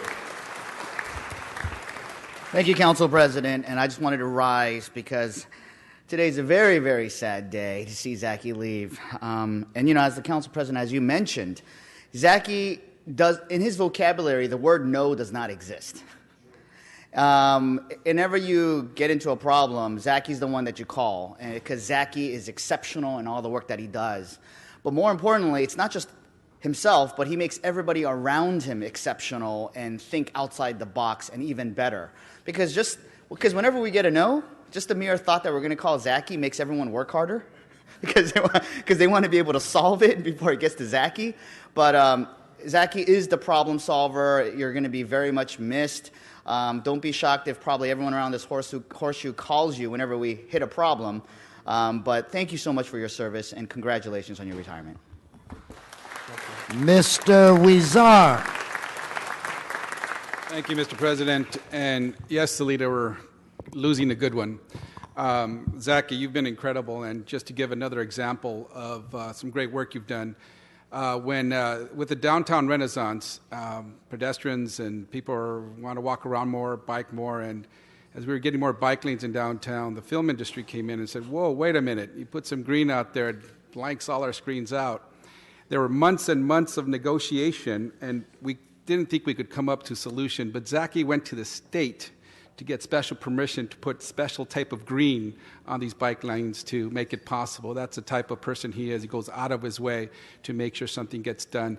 I think you could have written that famous negotiations book called Getting to Yes, because you do a very good job of it. And I agree that no is not in your vocabulary. So congratulations, well deserved. And you are what we in the city of Los Angeles strive to be as one of the best in your jobs. Congratulations. Mr. O'Farrell. Thank you, Mr. President. I've had the pleasure of working with Zaki Mustafa for 15 years. And back when I was a new deputy for then Councilmember Eric Garcetti, I learned very quickly the value that you offered the districts across the city with your troubleshooting skills. And so, in my experience of knowing Zaki Mustafa, not only have you pioneered new pedestrian and bicycle safety measures across the whole city that we can't quantify, but we know actually save lives, you also have done that because of the responsiveness of your team at the Department of Transportation. Effective leaders don't just do things on their own. They have the respect of their profession. They have the respect of the character that they have, and it makes people respond. So that's why we could call you when we needed special help with something. And boy, do we have stories about how you came through in the 11th hour on a variety of issues, just in terms of a one-off sort of request. But you're able to do that because of the quality of who you are and people who respond to who you are and what you do. It inspires others to want to help you because of what you do and what you represent. So on behalf of my team and I, we thank you. We thank you so much for all of the innovations that you've done around our schools to make it safer for children to cross the street. Your legacy will be felt for generations to come, and you've made the city safer and more livable, and you should be very, very proud of what you've done in your career. Thank you.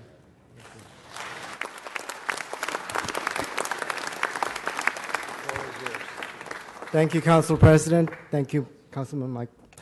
Thank you. Thank you, Salida. Thank you, Mitch. Thank you, everyone. You know, there's one saying that I have. It's together we are the best. Nothing gets done by Zaki. It's a team that's behind me that makes it happen. But a long time ago, about 28 years ago, I've been with the city now for 32, but 28 years ago, there's this field deputy named Herb Wesson. His boss calls him in his office. Our general manager back then was Ed Rowe. There's Herb Wesson. Councilman Nate Holland chewing on his pistachio, spitting it on us, telling our general manager, Ed, you got 30 days to install this signal at Motor and Tabor. But, you know, at that time, before our encounter, our field deputy, Herb Wesson, taught me something very valuable. Him and the field deputy, Tom LaBonge. They told me that who we work for? We work for the people. Who pays our salary? The people do. What do we need to do is make things happen, improve the quality of life for them. It is up to us to make that difference. It is up to us to think out of the box, to be creative. Because of that talk, I was brave enough as a transportation engineering assistant to recommend a process for the way the signal was getting constructed. And one of the aspects of the signal construction was the conduit installation. And that was taking us 3 months. Well, Zaki had a wacky idea at that time to install it like the way we would install sprinklers at our house. Everyone laughed in the department. But we gave it a shot, and that same process took only 4 hours, which was taking us 3 months beforehand. But, you know, it's a teamwork. So since then, I had in my mind that nothing is impossible as long as we all work together toward that one common goal.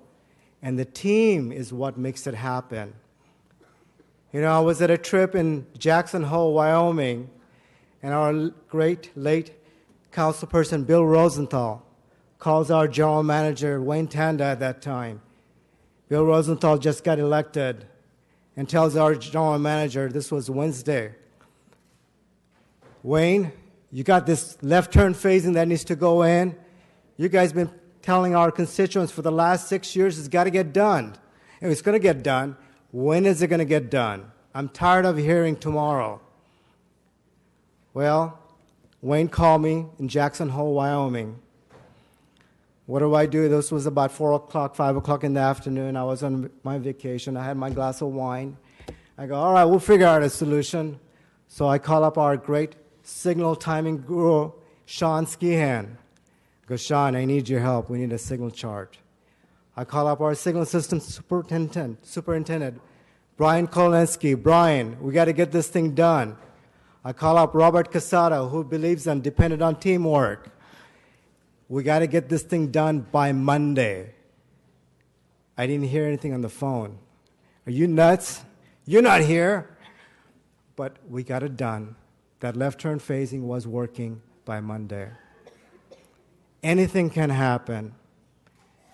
Back then, when Councilman Mitchell Farrell was the deputy for our mayor now, and he was a councilman at that time, Eric Garcetti, Mitch calls me up, goes, hey, there's a location here, school crossing.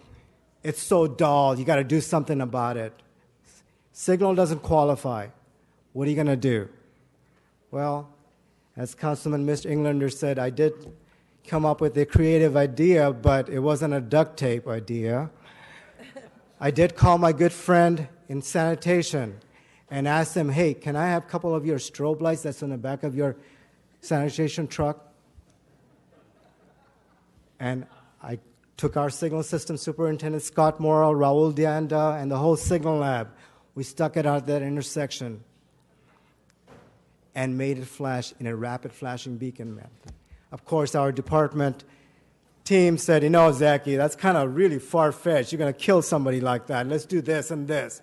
They refined it. Anything is possible as long as you put your mind into it. But the department itself can't do the job by themselves. I mean, we're the Department of Transportation, but we have sister departments that we're all dependent on each other. Varej Genoa, our signal design guru, he was able to get 30 signals done in 3 months. 30 new signals designed and built. But it just doesn't happen within us. It requires teamwork from Bureau of Engineering, Gary Lee Moore, when Clark Robbins was here, Street Services, late Bill Robertson, Nazario, street lighting. We have our Ed and Norma, sanitation, Enrique. It's a teamwork. Nothing gets done by one department alone in this city. Thank you for the honor of recognizing me, and thank you for letting me have the opportunity to work for the City of LA, one of the greatest places one can work for.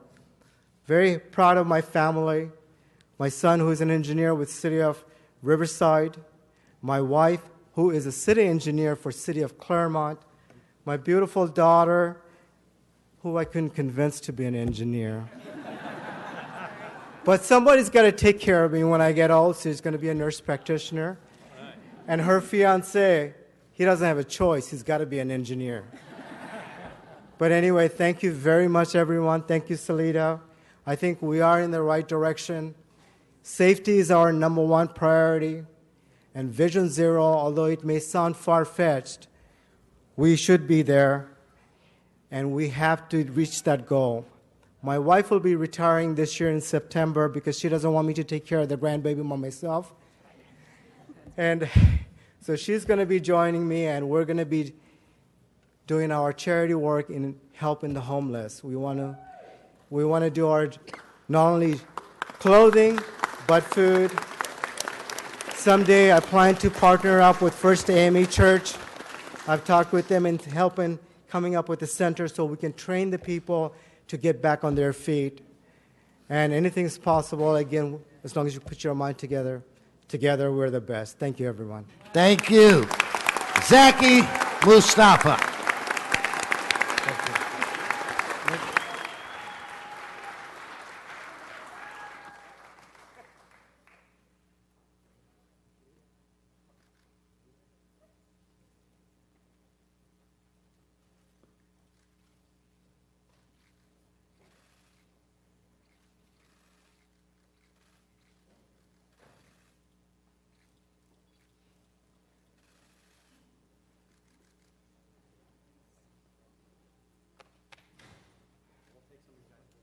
Let's give him one more round of applause. Again, thank you, Zaki, for your years of service. And as they're going into the back, I'd like to recognize Mr. David Root.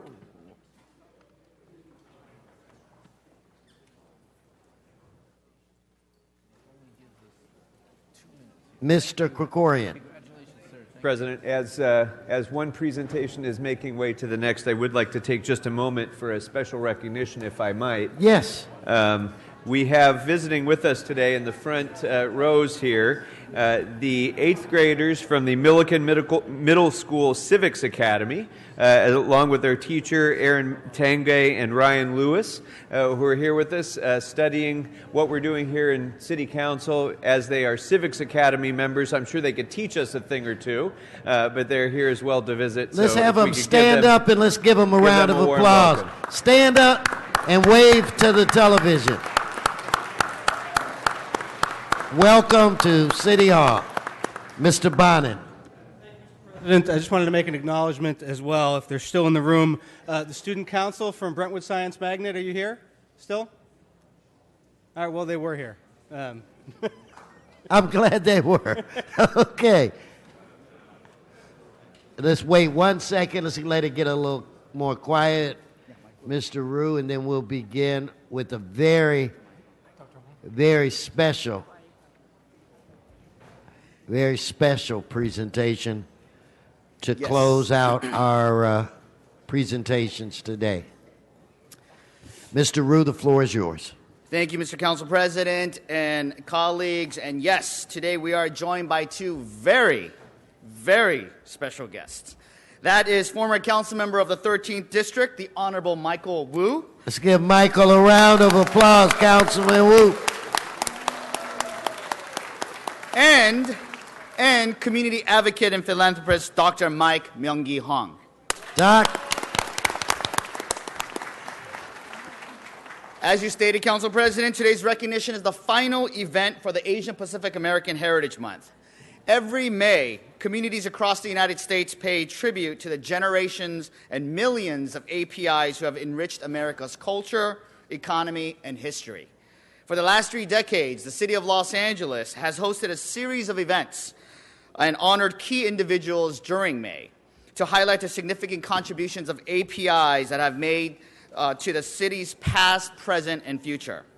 And I can't think of a better way to wrap up our month-long celebration than to honor these two trailblazers in the Asian American community.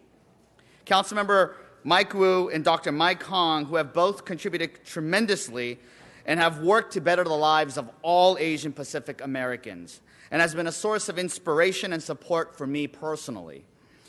Before we bring our honorees to the podium, I'd like to first thank all the sponsors, staff, and volunteers who made Asian Pacific Heritage Month possible, and in particular, the co-chair, Mayor Eric Garcetti, our Deputy Mayor Raymond Chan, our Council President, you, Mr. President, Herb Wesson, my staff and chief of staff, all my staff, and especially my chief, Sarah Dessau, and the numerous sponsors and city departments who helped make the Asian Pacific Heritage Month possible. Let's give everybody a round of applause.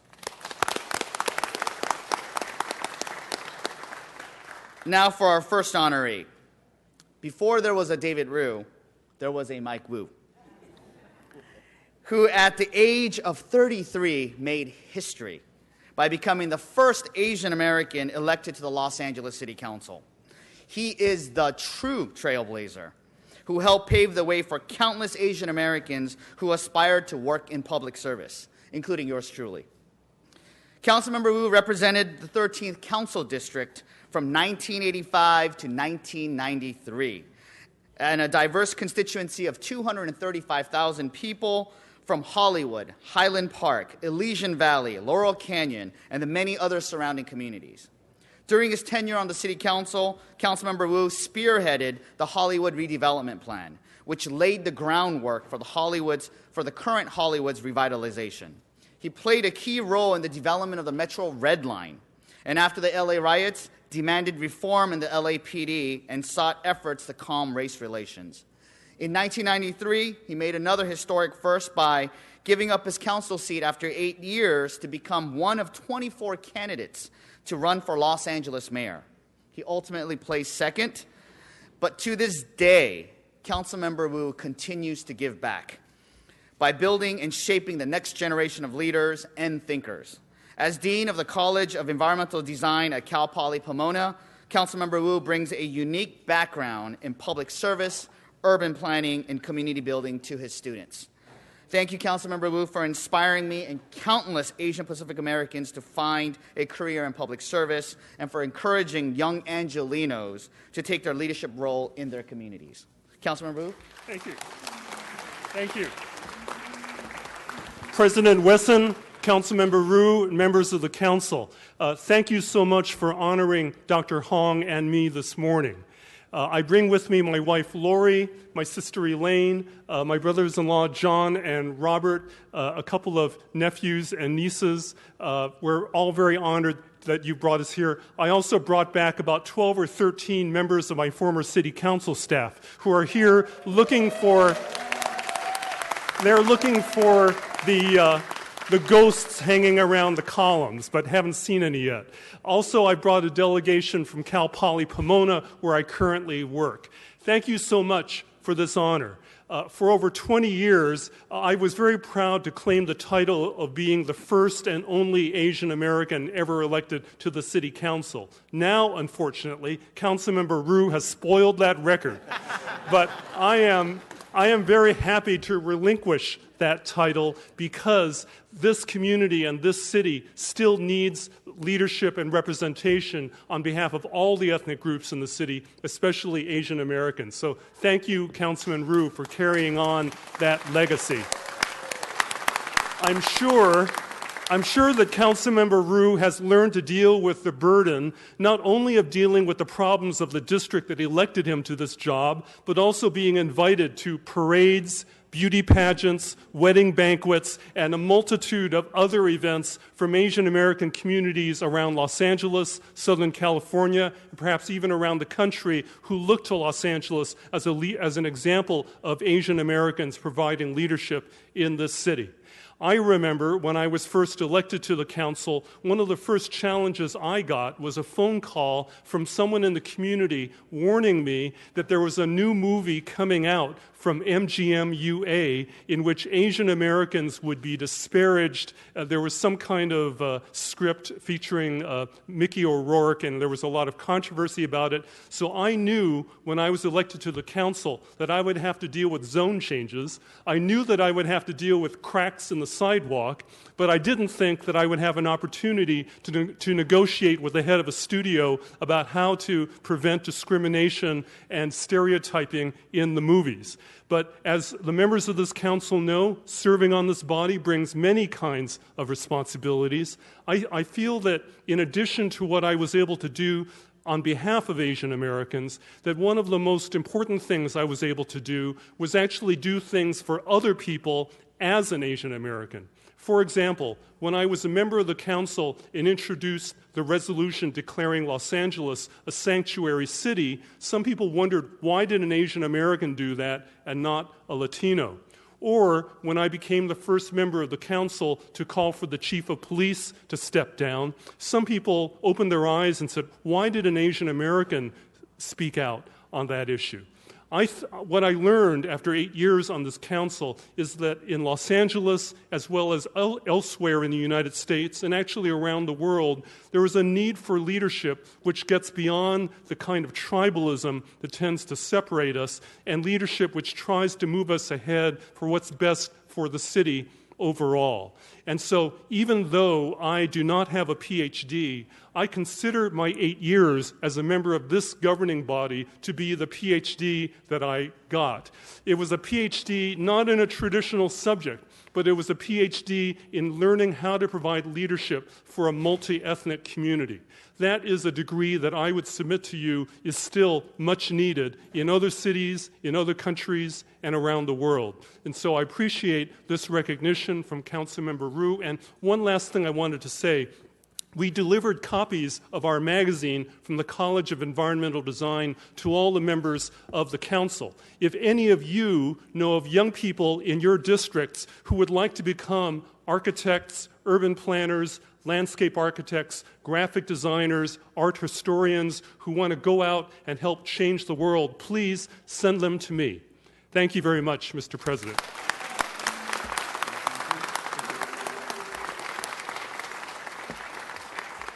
Thank you, Councilman. Next, I have the honor of introducing my dear mentor, community pillar, and a father figure to many in the Korean American community, and that's Dr. Mike Hong. There is no one more pivotal and responsible for my success than Dr. Hong. Even before he knew who I was, I benefited from many of his scholarships and leadership programs. Dr. Hong came to the United States from South Korea in 1954 as an exchange student and graduated from UCLA with a degree in chemistry in 1959. Renowned for his expertise in resins and coatings, Dr. Hong founded Duracoat Products in 1986. His first product breakthrough was the water-based formula that was both effective and eco-friendly. Dr. Hong is deeply involved in philanthropic and civic causes in Southern California. After the civil unrest in 1992, Dr. Hong supported numerous programs to promote cultural diversity to ease tensions. And as seen in the audience today, where pretty much every single Korean American organization is represented here today, it's because he pretty much served as chairman as every single organization at one time or another. But I just want to make one notable organization where he chaired, which was the foundation dedicated to preserving the memory of Tosang An Chang-ho, one of the early leaders of the Korean American community. In 2002, Dr. Hong established the Bright World Foundation to foster a sense of optimism in the world and inspire the human spirit. Dr. Hong received an honorary doctorate from the Humanitarian Services from La Sierra University in 2002, as well as an honorary doctorate in the sciences from Samyuk University in South Korea in 2014. I really want to thank Dr. Hong for all his activism and his continual support to civic causes to better the lives of the Asian Pacific Americans, and honestly, if it wasn't for him, I would not be here today. Dr. Hong? Thank you.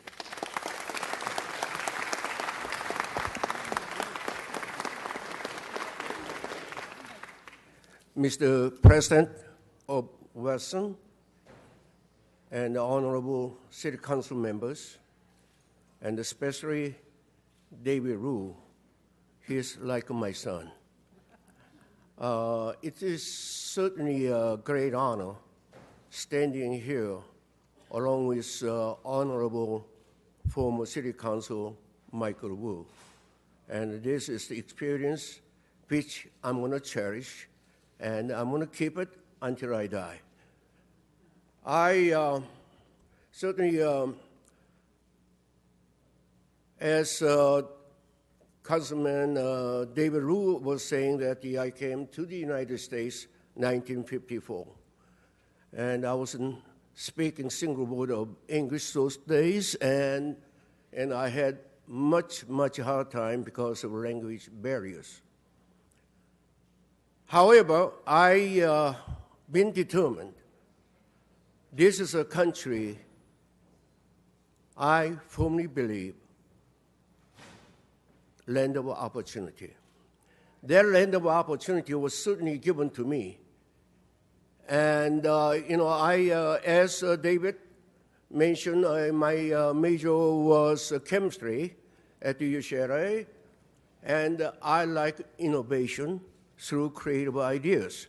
And that opportunity was given to me, and I utilized the maximum. And through my profession being a chemist, and I've been working for many companies prior to having my own company. And I'm proud to say I was once resident of Beverly Hills. Not too bad, eh? Yeah. But that was when I was attending UCLA, and I need a room and board. And happened to be the Beverly Hills, very well-to-do people living there, and they're looking for houseboy. So I chose a houseboy and walked through college. And that's where I learned so much about what life I'm going to be having in the future. It was tremendous experience, and I have to. Certainly everybody has a pride, and I do have my pride too. But my goodness, being a houseboy, you can imagine. Those experiences are something I don't know whether you guys are going to share. But anyway, through houseboying, and I could be able to finish my college. And at the time, the last semester of the at the UCLA, I didn't have enough of tuition to be paid to graduate, and that tuition was $200 at those days. That's practically nothing today. But those days, $200 was a very, very big money to me. But I couldn't be able to get a loan anywhere. However, I had an English professor who taught me 2 years at the UCLA. I finally decided to call on her and told her my financial situation. And she was kind enough. She says, let's see what I can do. Why don't you drop by tomorrow?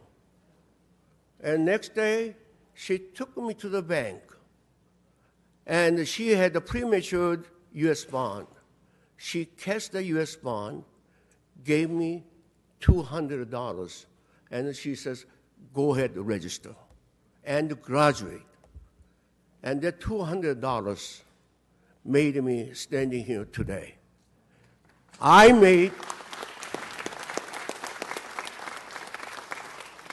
graduated that semester, and first time I had a job, I made not much, but then I got $200 out of my salary, and then I gave that to the Professor Remners.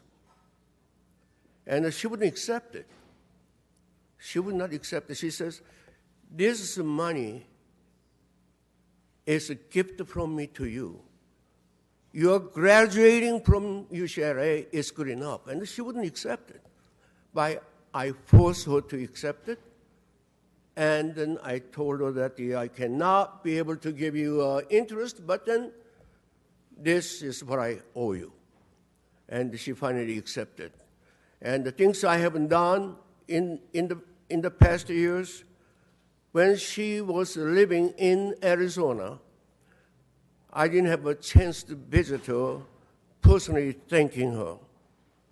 And that I didn't do. That is the one reason when I become successful in my business, I will make a foundation. And I will do the same thing, maybe more, what she has done for me.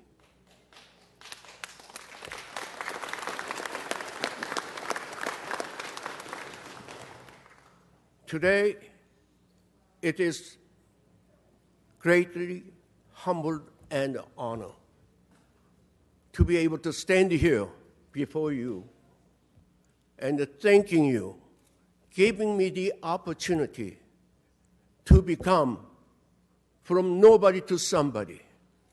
And that is the opportunity I received from the United States. This is a great country, and I always love this country as like my home country. And I thank you so much for this great honor, and whatever I can do to be able to contribute, that I am here to do so. And I know I'm very proud the fact that Asian American community made a difference of this greater Los Angeles. And Los Angeles is going to be brighter in the future because people we have in Los Angeles are great people. Thank you very much. Thank you. You know, David, if I can just quickly to Dr. Hong, I had the opportunity to have lunch with him, and he told me that story. And it moved me every bit as much today as it did the very first time that I heard it. And then he talks about feeling a responsibility to give back. And I could give you examples and examples of the numerous things that Dr. Hong has done. But one thing that we, and David, you're involved with, is creating the Korean American Museum, where he has been one of the leaders and one of the focal points in making that happen. So this country's better because we had you, Doctor. Let's give Dr. Hong another round of applause. And the very first trip I ever took in my life outside of this country, it was my pleasure to tag along with then council member Mike Wu. We went to Taiwan with his dad, who it was the most, well, first of all, it was the most tiring trip. We had meetings like every 13 and a half minutes. It was the most tiring trip that I had ever been on, but one of the most informative. That's when I had an opportunity to really get to know the councilman and have respect for him and the people over there. It was a trip that I will never forget as long as I live. So if there's ever an appropriate way for us to close out this month, I don't think you could have selected two greater representatives from the community. Let's please give them both another round of applause, and thank you for everything that you've done. Thank you, Mr. President. And I just want to say I am just so honored to share the stage today with Councilmember Mike Wu and Dr. Mike Hong. And as Dr. Hong stated, he has kept on paying it forward. There is not an organization or individual that he has not helped, including myself. When I was a college student and I got scholarships and I got into programs, he helped pay for plane tickets. I don't even know if he knows, but he paid for plane tickets and things like that so I can attend various scholarship programs. And I'm just so honored to be here with Councilmember Mike Wu, who ever since I got elected offered and extended to be my big uncle, because truly, I could say this, the only other person who could share my experiences here on City Council is Councilmember Mike Wu, and I look towards his leadership and I look towards his guidance and advice to help me become a better person and a better council member. So with that, on behalf of the Los Angeles City Council, it's much-deserved recognition for the decades' worth of service and leadership to the Asian Pacific Americans, as well as to the greater Los Angeles community. We owe both of you a debt of tremendous service. Thank you, Councilmember Wu. Thank you. Thank you. And again, thank you, Dr. Mike Hong.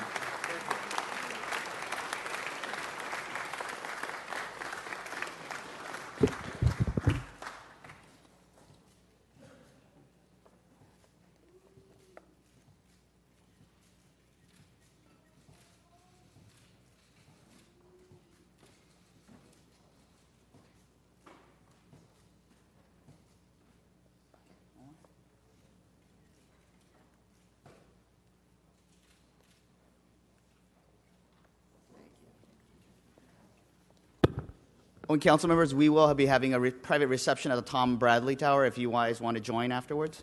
Thank you. If we can just take a few guests here, and the rest we're going to have them join around back. Oh, perfect. Yes.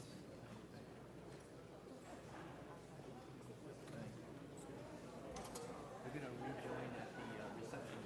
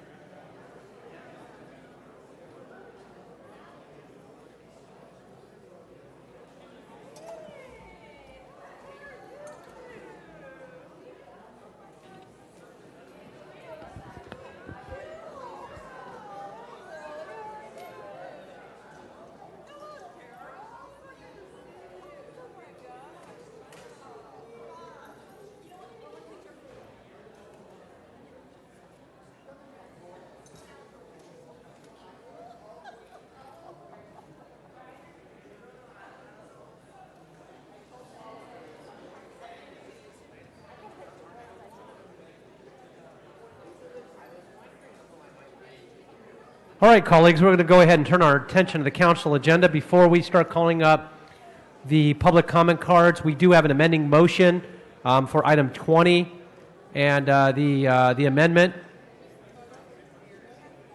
which will be submitted by Councilmember Bonin and second by Buscaino, will be an amended the CAO report to recommend 1A, number 5, to reflect the dollar amount to be $94,000 from $75,000. So without objection, that'll be the order, and that'll be the amended motion when we get to item 20. So now we're going to turn our attention to the multi-speaker cards. First, Mr. Herman, on items 11, 12, 13, 14, 15, 16, 17, 18, 19, and 20, 21, 22, and 23. You have 3 minutes. What a nice 2 hours of wasted business. You're going to stick to the actual items, or you'll forfeit your time and go into general public comment. That'll be the warning for all speakers.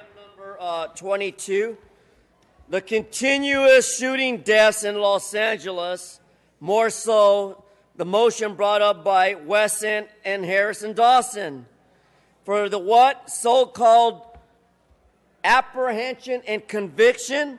Well, we're still the hit-and-run capital of the world that creates death. We're still the shooting capital now of the silver-tongued cop Joe Buscaino, creating more death.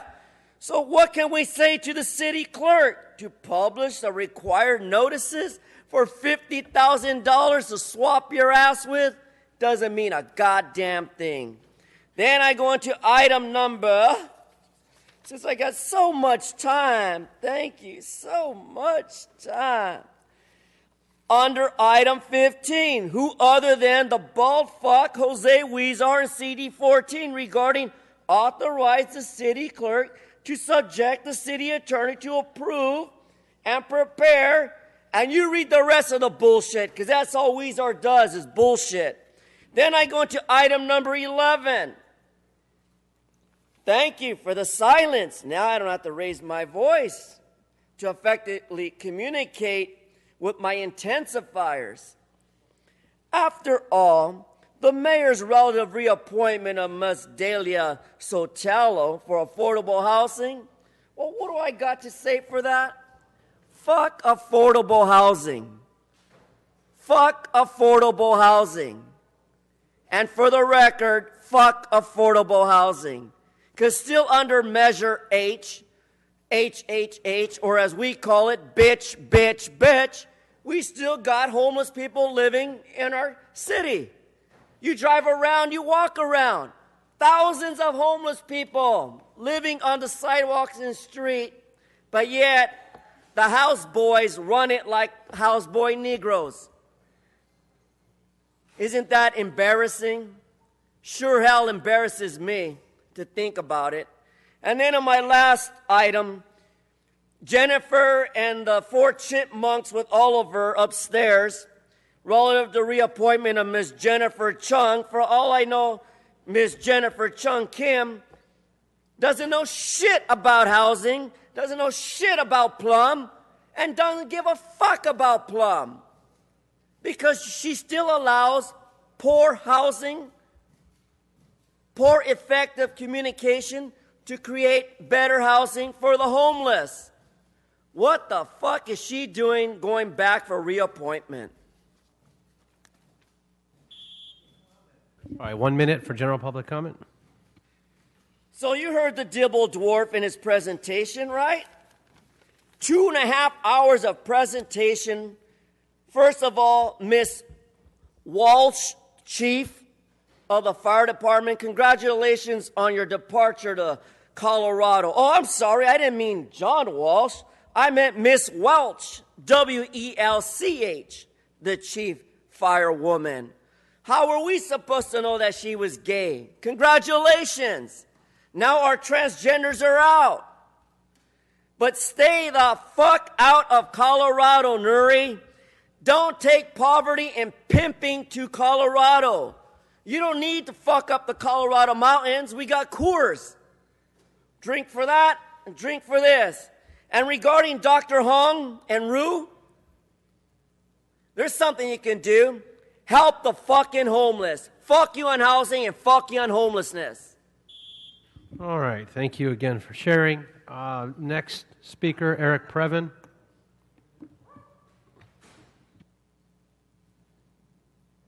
Eric, you are on items 1, 2, 3, 17, 20, 21, and 22. Please stick to those items until general public comment. And 1 on 14.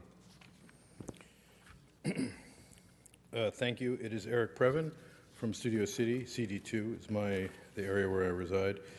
Item number 2 is a group called Celebrity Realty Holdings LLC. I brought it to your attention before. Technically, this is Honda of downtown, and they, along with Councilmember Price and Jan Perry and some others, have arranged for public benefit for that business. It's a business that, I don't need to tell you, sells automobiles into this market. They do a great job. I've always liked Honda. It's a quality, reliable brand. I think people enjoy the Honda feeling. And they were just supportive of the LA Times Food Bowl. They're local treasured partners, let me just say that. So they've been given a good deal on some real estate. Now they're going to get an even better deal on some employment development work that they're going to be adding some employees or something like that. So this is finally coming through, and it's being shepherded along by a guy named Edgar Kalatian. His name is right there, sir, on the agenda.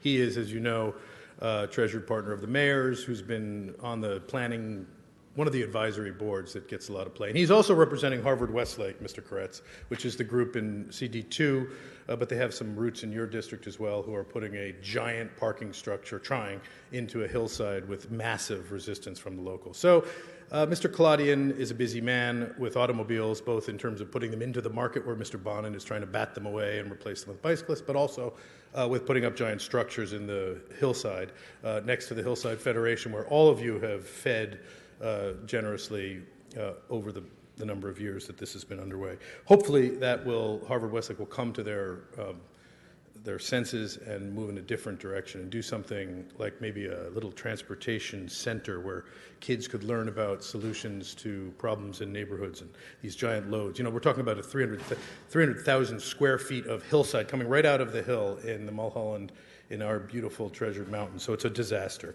Item number 3 is a long list, 36 oil companies who have franchises. Some of these are Praxair, Shell, obviously, the 2 Tesoros. We love Tesoro. They're your treasured partners who sponsor your Chamber of Commerce handout. And there's many others, including Chevron, who are all being granted through ordinance a new setup. Now, item number 5, which is not on the agenda, is Helen Lung, but this is no relation to the Seabreeze loan. Mr. President, that item has already been voted on. Okay, fine. So we'll move on to 12. Jennifer Chung Kim, which is on the agenda, not like Ms. Lung, who is not in the part where it's been held. And she is being added to a different group, and we appreciate that. Item number 15, Little Tokyo Business Improvement District.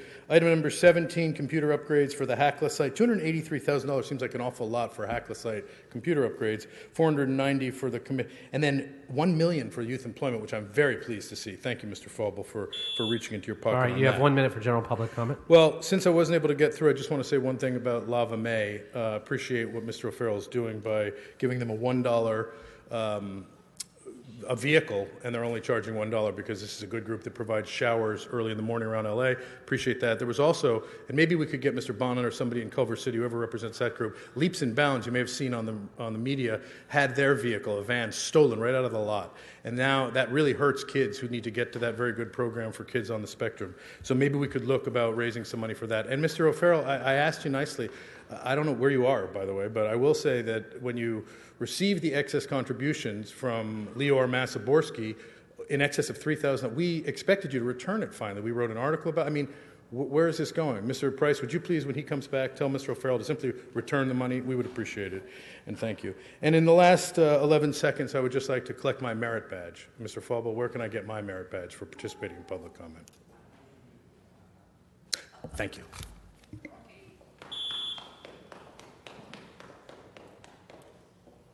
Okay, colleagues, we're going to go ahead and take items 14 and 15. Okay, so item 14, we'll go ahead and open the roll on item 14. Close the roll and tabulate the vote. 12 ayes. Item 15. We'll go ahead and open the roll, close the roll, and tabulate the vote. 12 ayes. Okay, those are approved. And Mr. President, there is a request to send item 15 forthwith. Okay, without objection, that'll be the order. Next item, please. We'll go to the next speaker, Mr. Walsh. Items 2, 3, 11, 12, and 20. 22 and 24. Mr. Herman, please no clapping. You're disrupting this meeting. If you're going to be doing that, you'll be asked to leave. Thank you. John Walsh, blogging at HollywoodHighlands.org. Number 2, this concerns a development agreement between the City of Los Angeles and a realty holding organization. They're helping them out.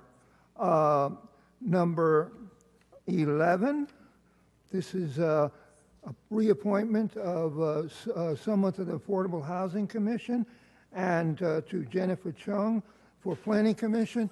We're for them because we checked out they have no dark marks on their record. They have no kiddie porn on their record. As you know, I opposed someone who eventually was thrown off for kiddie porn on one of your commissions. You can check that out. Number 20. Okay, this is affordable housing development. This is 5 pages. 5 pages. And none of you have ever read it. You have not read this. In fact, you have not read any of this. You're just sliding it through. Number 22, this is the apprehension and conviction of the people responsible for the shooting death of Mariana Resendiz on October 24th, 2016. Ladies and gentlemen, you'd never catch these people. You could offer $1 trillion reward. The reason you don't catch them is that if somebody were to apply, and there's hundreds of people who know who did this, who committed this murder. If one of these people actually applied, people inside here, rats inside here, would tip the gangs off and they would be murdered. If you in any way attempt, and if I'm wrong, give me some names. Give me some names of people who received these rewards. Tell me how much in rewards have you bestowed in the last 5 years? And I can tell you right now, and if I'm wrong, say I'm wrong. Destroy my credibility and give me a figure. You have given out no rewards. If you murder somebody in this city and it's a gang killing, it's a freebie. It's a freebie. And everybody up here knows it's a freebie because no one is going to tip off the police because they'll have their heads blown away. Okay, now on to public comment. 2 hours of nauseating orgy of self-congratulation for city staff. That's how the meeting began. And after that, everybody tuned out. I'm telling you right now that, Mike Wu. Remember who beat Mike Wu? Do you remember when he ran again for city council? That's right, Eric Garcetti. We were anybody but Wu then, and I'm proud to say we ended Mike Wu's career. Every time he lied, he got another gray hair. We're talking about this orgy of self-congratulation for city staff that runs 2 hours. 2 damn hours. I mean, you lick yourself, you preen yourself, and I'm telling you right now, we are going to win. HollywoodHighlands.org. All right, thank you very much. Mr. Arnold Sachs, are you still here? Yes, there you are. Thought I saw you earlier. And Mr. President, as the speaker makes his way forward, there are requests to continue several items, 1A, 1E, and 1I to June 28th. Okay, we'll go ahead and do that without objection. That'll be the order. Mr. Sachs, you're on items 2, 3, 11, 17, 20, and 23. Yes, thank you. Good morning, Arnold Sachs. And item 2, I caught a difference about the development agreement between the city and another entity. In this particular case, I don't particularly care, but it's relating to real property, which brings into a whole kaleidoscope of different issues, because there's a motion on the board about a settlement with the lawyers for the $200 million settlement in a lawsuit that the city got sued for not complying with the ADA housing. Well, if the city has a development agreement for real property, then isn't the developer responsible for complying with the ADA compliance? Why isn't the city's attorney going after the developers for not meeting the requirements that they agreed to when they got this property agreement? Why is the city on the hook for legal fees and $200 million? It's not like the city is rolling in money. They need money. Pipeline and electrical franchises throughout the city. It says throughout the city on the item. But the money doesn't end up in the council districts. It ends up in the council district offices. But it's throughout the city. So shouldn't the whole city benefit from that money? And if you think it's chump change, the only place where it's a chump change is in the council district office, because it's a lot of money. And does the public have the opportunity to find out where these pipelines run in their community, in their council district? There was an oil spill in Mr. Buscaino's district, and even Janice Hahn piped up. She wasn't piping up when she was collecting the money from the pipeline revenue, but she piped up and said, people should know where these oil pipelines are so that they can be prepared for evacuation in case one of them ruptures and spills all over the streets. How'd that turn out, Mr. Buscaino? And the housing authority and the city, again, comes back to the property agreements. It mentioned something about if there's funding available, but that's HHH. Where is the money going? How is the money being spent? Why aren't you collaborating with the county board of supervisors and the county's wonderful program? How is that working out? Why are you making agreements with the Housing Commission and HACID, the Housing Development Corporation? Why isn't this all going into this huge new homeless initiative to get the 25,000 people that are off the streets? And back to Quimby fees real quick. When you're writing out your assessment to the county, remember, 1 million pieces of property in the city. Why are you so park poor? Thank you very much. Public comment. I really appreciate that conversation with the gentleman who did traffic studies. The ceremony was not quite as long as it takes you to go from the west side of LA to downtown Los Angeles, 2 hours, give or take 20 minutes on the waiting and traffic time. So with all the improvements that have been made by this outstanding individual in the traffic department in LA DOT, the only thing that's occurring is a longer wait in traffic. How does that work? And Mr. Wu was, part of his program was mentioned that he brought into the metro system the funding for the Purple Line. But he does urban renewal. So tell me, Joaquin, 82 or 92, how come they left a gap between the blue line and the R and the gold line? Time's up. Thank you, Mr. Sachs. Okay, next speaker, please, is going to be Miss, can't make out the last name. Miss Jane? Is there a Jane? Looks like it was a card in error, but I'm not sure. Okay, so that was a card in error. Neil Brower? No longer. Oh, you here? Yeah, come on up. That's on item 24. And then a J. Chapman. Is there a Chapman? Yeah, and then you'll be next. Okay, thank you. Great. Thank you. Neil Brower, Jeffrey Mangels, Butler and Mitchell, representing the applicant, Mr. Tubian. Before you now is a zone change that will cause the zone of the property at 2957 Midvale to comply with the general plan designation for the property, which currently has a designation of medium residential. The R3 zone that we're looking for is the only compliant zone with that general plan designation, and the city has an obligation to provide a compliant zone.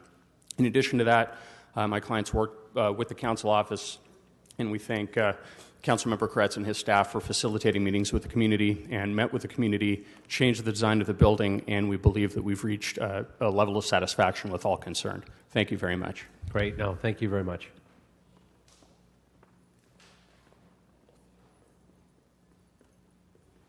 So we can go ahead and open the roll on item 24 then. Close the roll and tabulate the vote. 12 ayes. That's approved. Thank you very much. Good morning. Shalom. My legal name is Prophetess Joyce Chapman. I'm a 20-year resident of the Gilbert Lindsay Manor. I am a senior, 72 years old, and I was very active in the community of Gilbert Lindsay, Los Angeles. I know most of the past councilmen. I just wanted to commend my councilmen that we have now, because wonderful things are happening there in that neighborhood. Really, they are. I wish you all could really come up and see it, and I thank the city council as well. But I really want to thank Mr. Shusha. I met him the day that he was coming to look at the property. I'm always out sort of looking and just doing things I should do as a concerned neighbor. I also sit on the board of the Voices also. And I have a lot of things I would like to contribute and just say it's just not enough time. But I am so glad that our Councilman Price, along with Mr. Honda, he decided to come and invest and take a chance on our neighborhood, because we are people. Right. And we love things to thank happen you. good in our neighborhood. Thank you very much. Thank you. Thank you very much. Thanks for coming here as well. Appreciate that. All right, Mr. Svornich, Rudy Svornich, on item number 3. Welcome back, Councilman.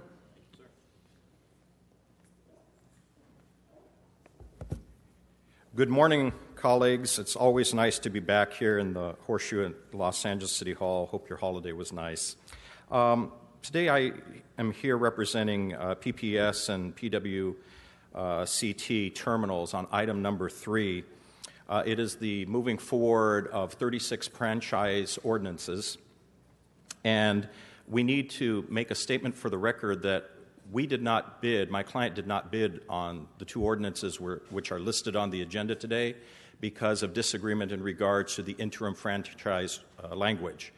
They tried to come to some resolution. However, previous council action approved a template that all of the franchises had to adhere to, and our client didn't agree with the template, and were asking for minor modifications, but their hands were tied because of the previous template being approved by council. So procedurally, items number 18 and 23 on the franchise lists today should not be approved because my client did not bid on them. And what we do need to do is to remove them, and their existing ordinances need to be extended, and that's what we need to do. More importantly, we probably should hold this on the desk in order to see if we can resolve this quickly. Thank you. All right, thank you very much.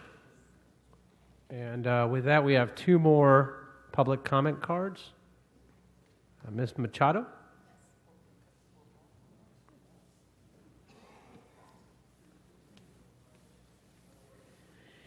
Good morning, everybody. My name is Yvonne Anel Machado, and I am part of the Westlake North Neighborhood Council.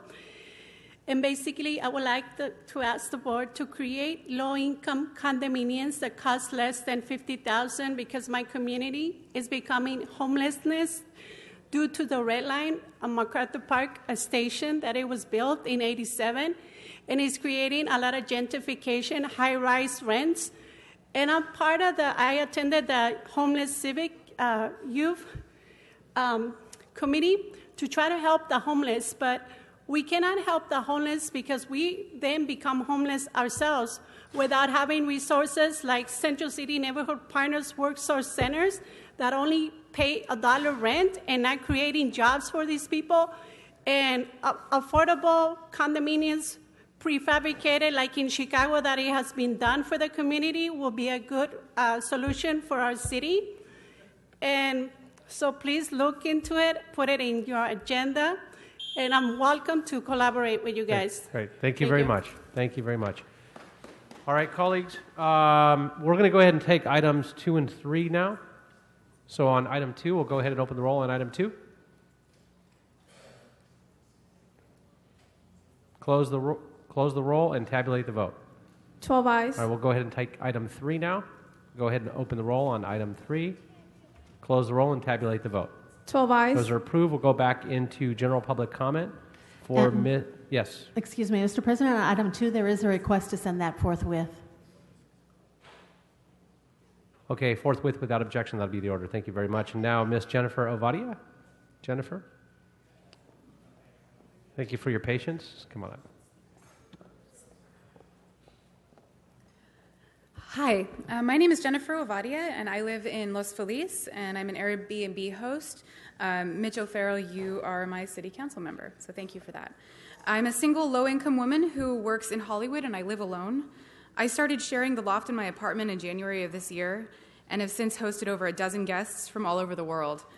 My building manager and my neighbors are very supportive in my decision to be a host. I adore this city and enjoy not only sharing my home with travelers and learning about their cultures, but I love that Airbnb has allowed me to pay my rent each month and to live and work in this wonderful city, regardless of how expensive it is.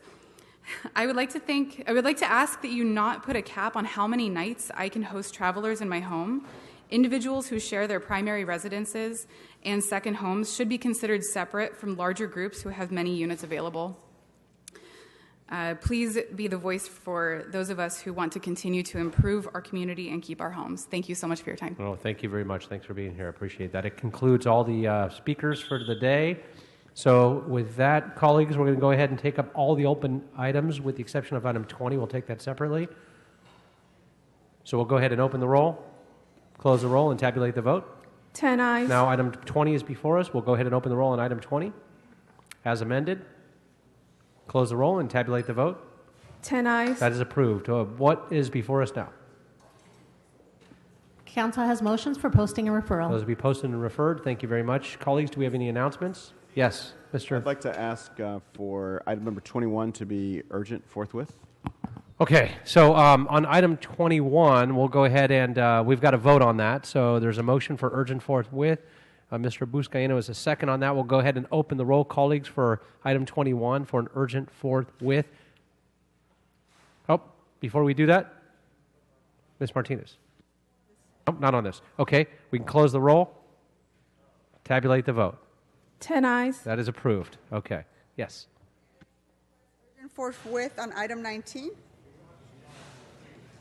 All righty. So, so Ms. Martinez has an item 19 request for urgent forthwith as a motion. Mr. Harris Dawson seconds that motion. We'll go ahead and open the roll for an urgent forthwith for item 19 per Ms. Martinez. Close the roll and tabulate the vote. 10 ayes. That is approved. All righty. Seeing no others, no announcements, colleagues. Seeing none, do we have adjourning motions? I'm going to go ahead and look on to my left. Do we have an adjourning motion? Yes, Mr. President. Thank you We'll very much. go ask everybody to please rise. Everybody in council chambers, please rise for adjourning motions. Please rise. Mr. Bonin. Thank you, Mr. President. Colleagues, I'd like to ask today that we adjourn in memory of Marian Gruen Samukow. She is the mother of Danny Samukow, one of the sort of bright lights and community leaders in Venice, owner of James Beach, Danny's Deli, the Canal Club, and one of the driving forces behind the new LGBT Pride celebration that Venice has had for the past couple of years. Danny's mother, Marian, passed away at age 88 yesterday. She was born in 1929 in Germany and escaped the Holocaust with her parents, the only members of their family which managed to do so. When she got here, she met her husband, Malcolm Samukow. They had 3 sons, Danny, Michael, and Thomas. Danny posted a very moving Facebook post about his mother last night and her passing, which was peaceful. He says, "Nothing is lost in the world. Matter only changes shape and energy only transfers. It flows in us and out of us like air or like waves on the shore. If you break off a part of a cactus and plant it, and the original plant dies, has the cactus really died? It continues to live on. I am that piece of her. She is with me, and we will continue to be together always." That's from Danny Samakow about his mother, Marion. May she rest in peace. Thank you. Colleagues, looking to my left to see any other adjourning motions, I see none. To my right, there are none. Okay, then that concludes this meeting. We are adjourned. Thank you very much. Be safe.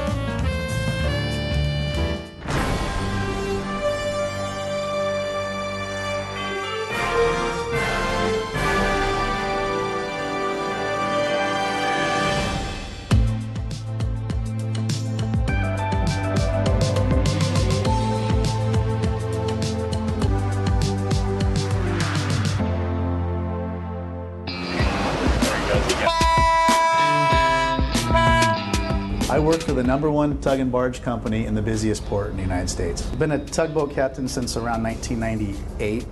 In the industry since 1992. I joined the Coast Guard right out of high school. My dad thought I needed boot camp, so he talked me into going to the Coast Guard. I had a chief that knew somebody that was in the tug industry, and I just thought it was fascinating. I like the responsibility of the job. You know, once you're underway, it's your ship. You usually work at a really high pace, and I like that because it makes the shift go by really fast. We check in when we first come to work, and we could be doing a tanker, we could be doing an escort from sea, we could be moving a barge, we never know. The larger ships coming into the port nowadays have up to 3 tugs on them.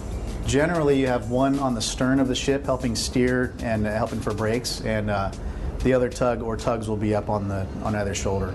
This tug, the Lila Franco, has 66 tons of bollard pull. We can operate forward and backwards and to a limited scope sideways.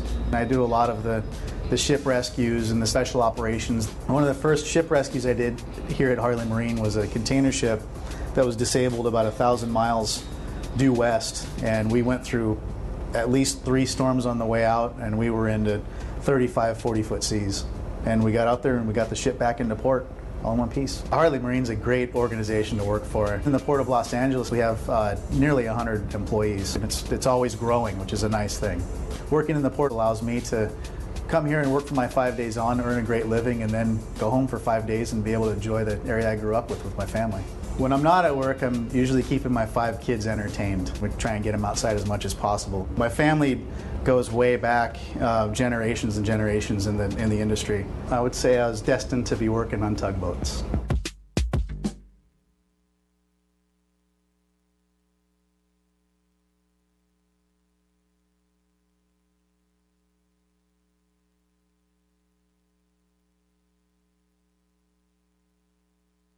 There's no reconciliation because there's no contradiction. Baby, I was born this way. I'm beautiful in my way. School officials also want to promote the importance of LGBT awareness in LAUSD schools. We need to make sure that our students have the opportunity to see someone in a different position of power, especially our people of color, and know that we will advocate for them. The community should just be more aware and know that we are also part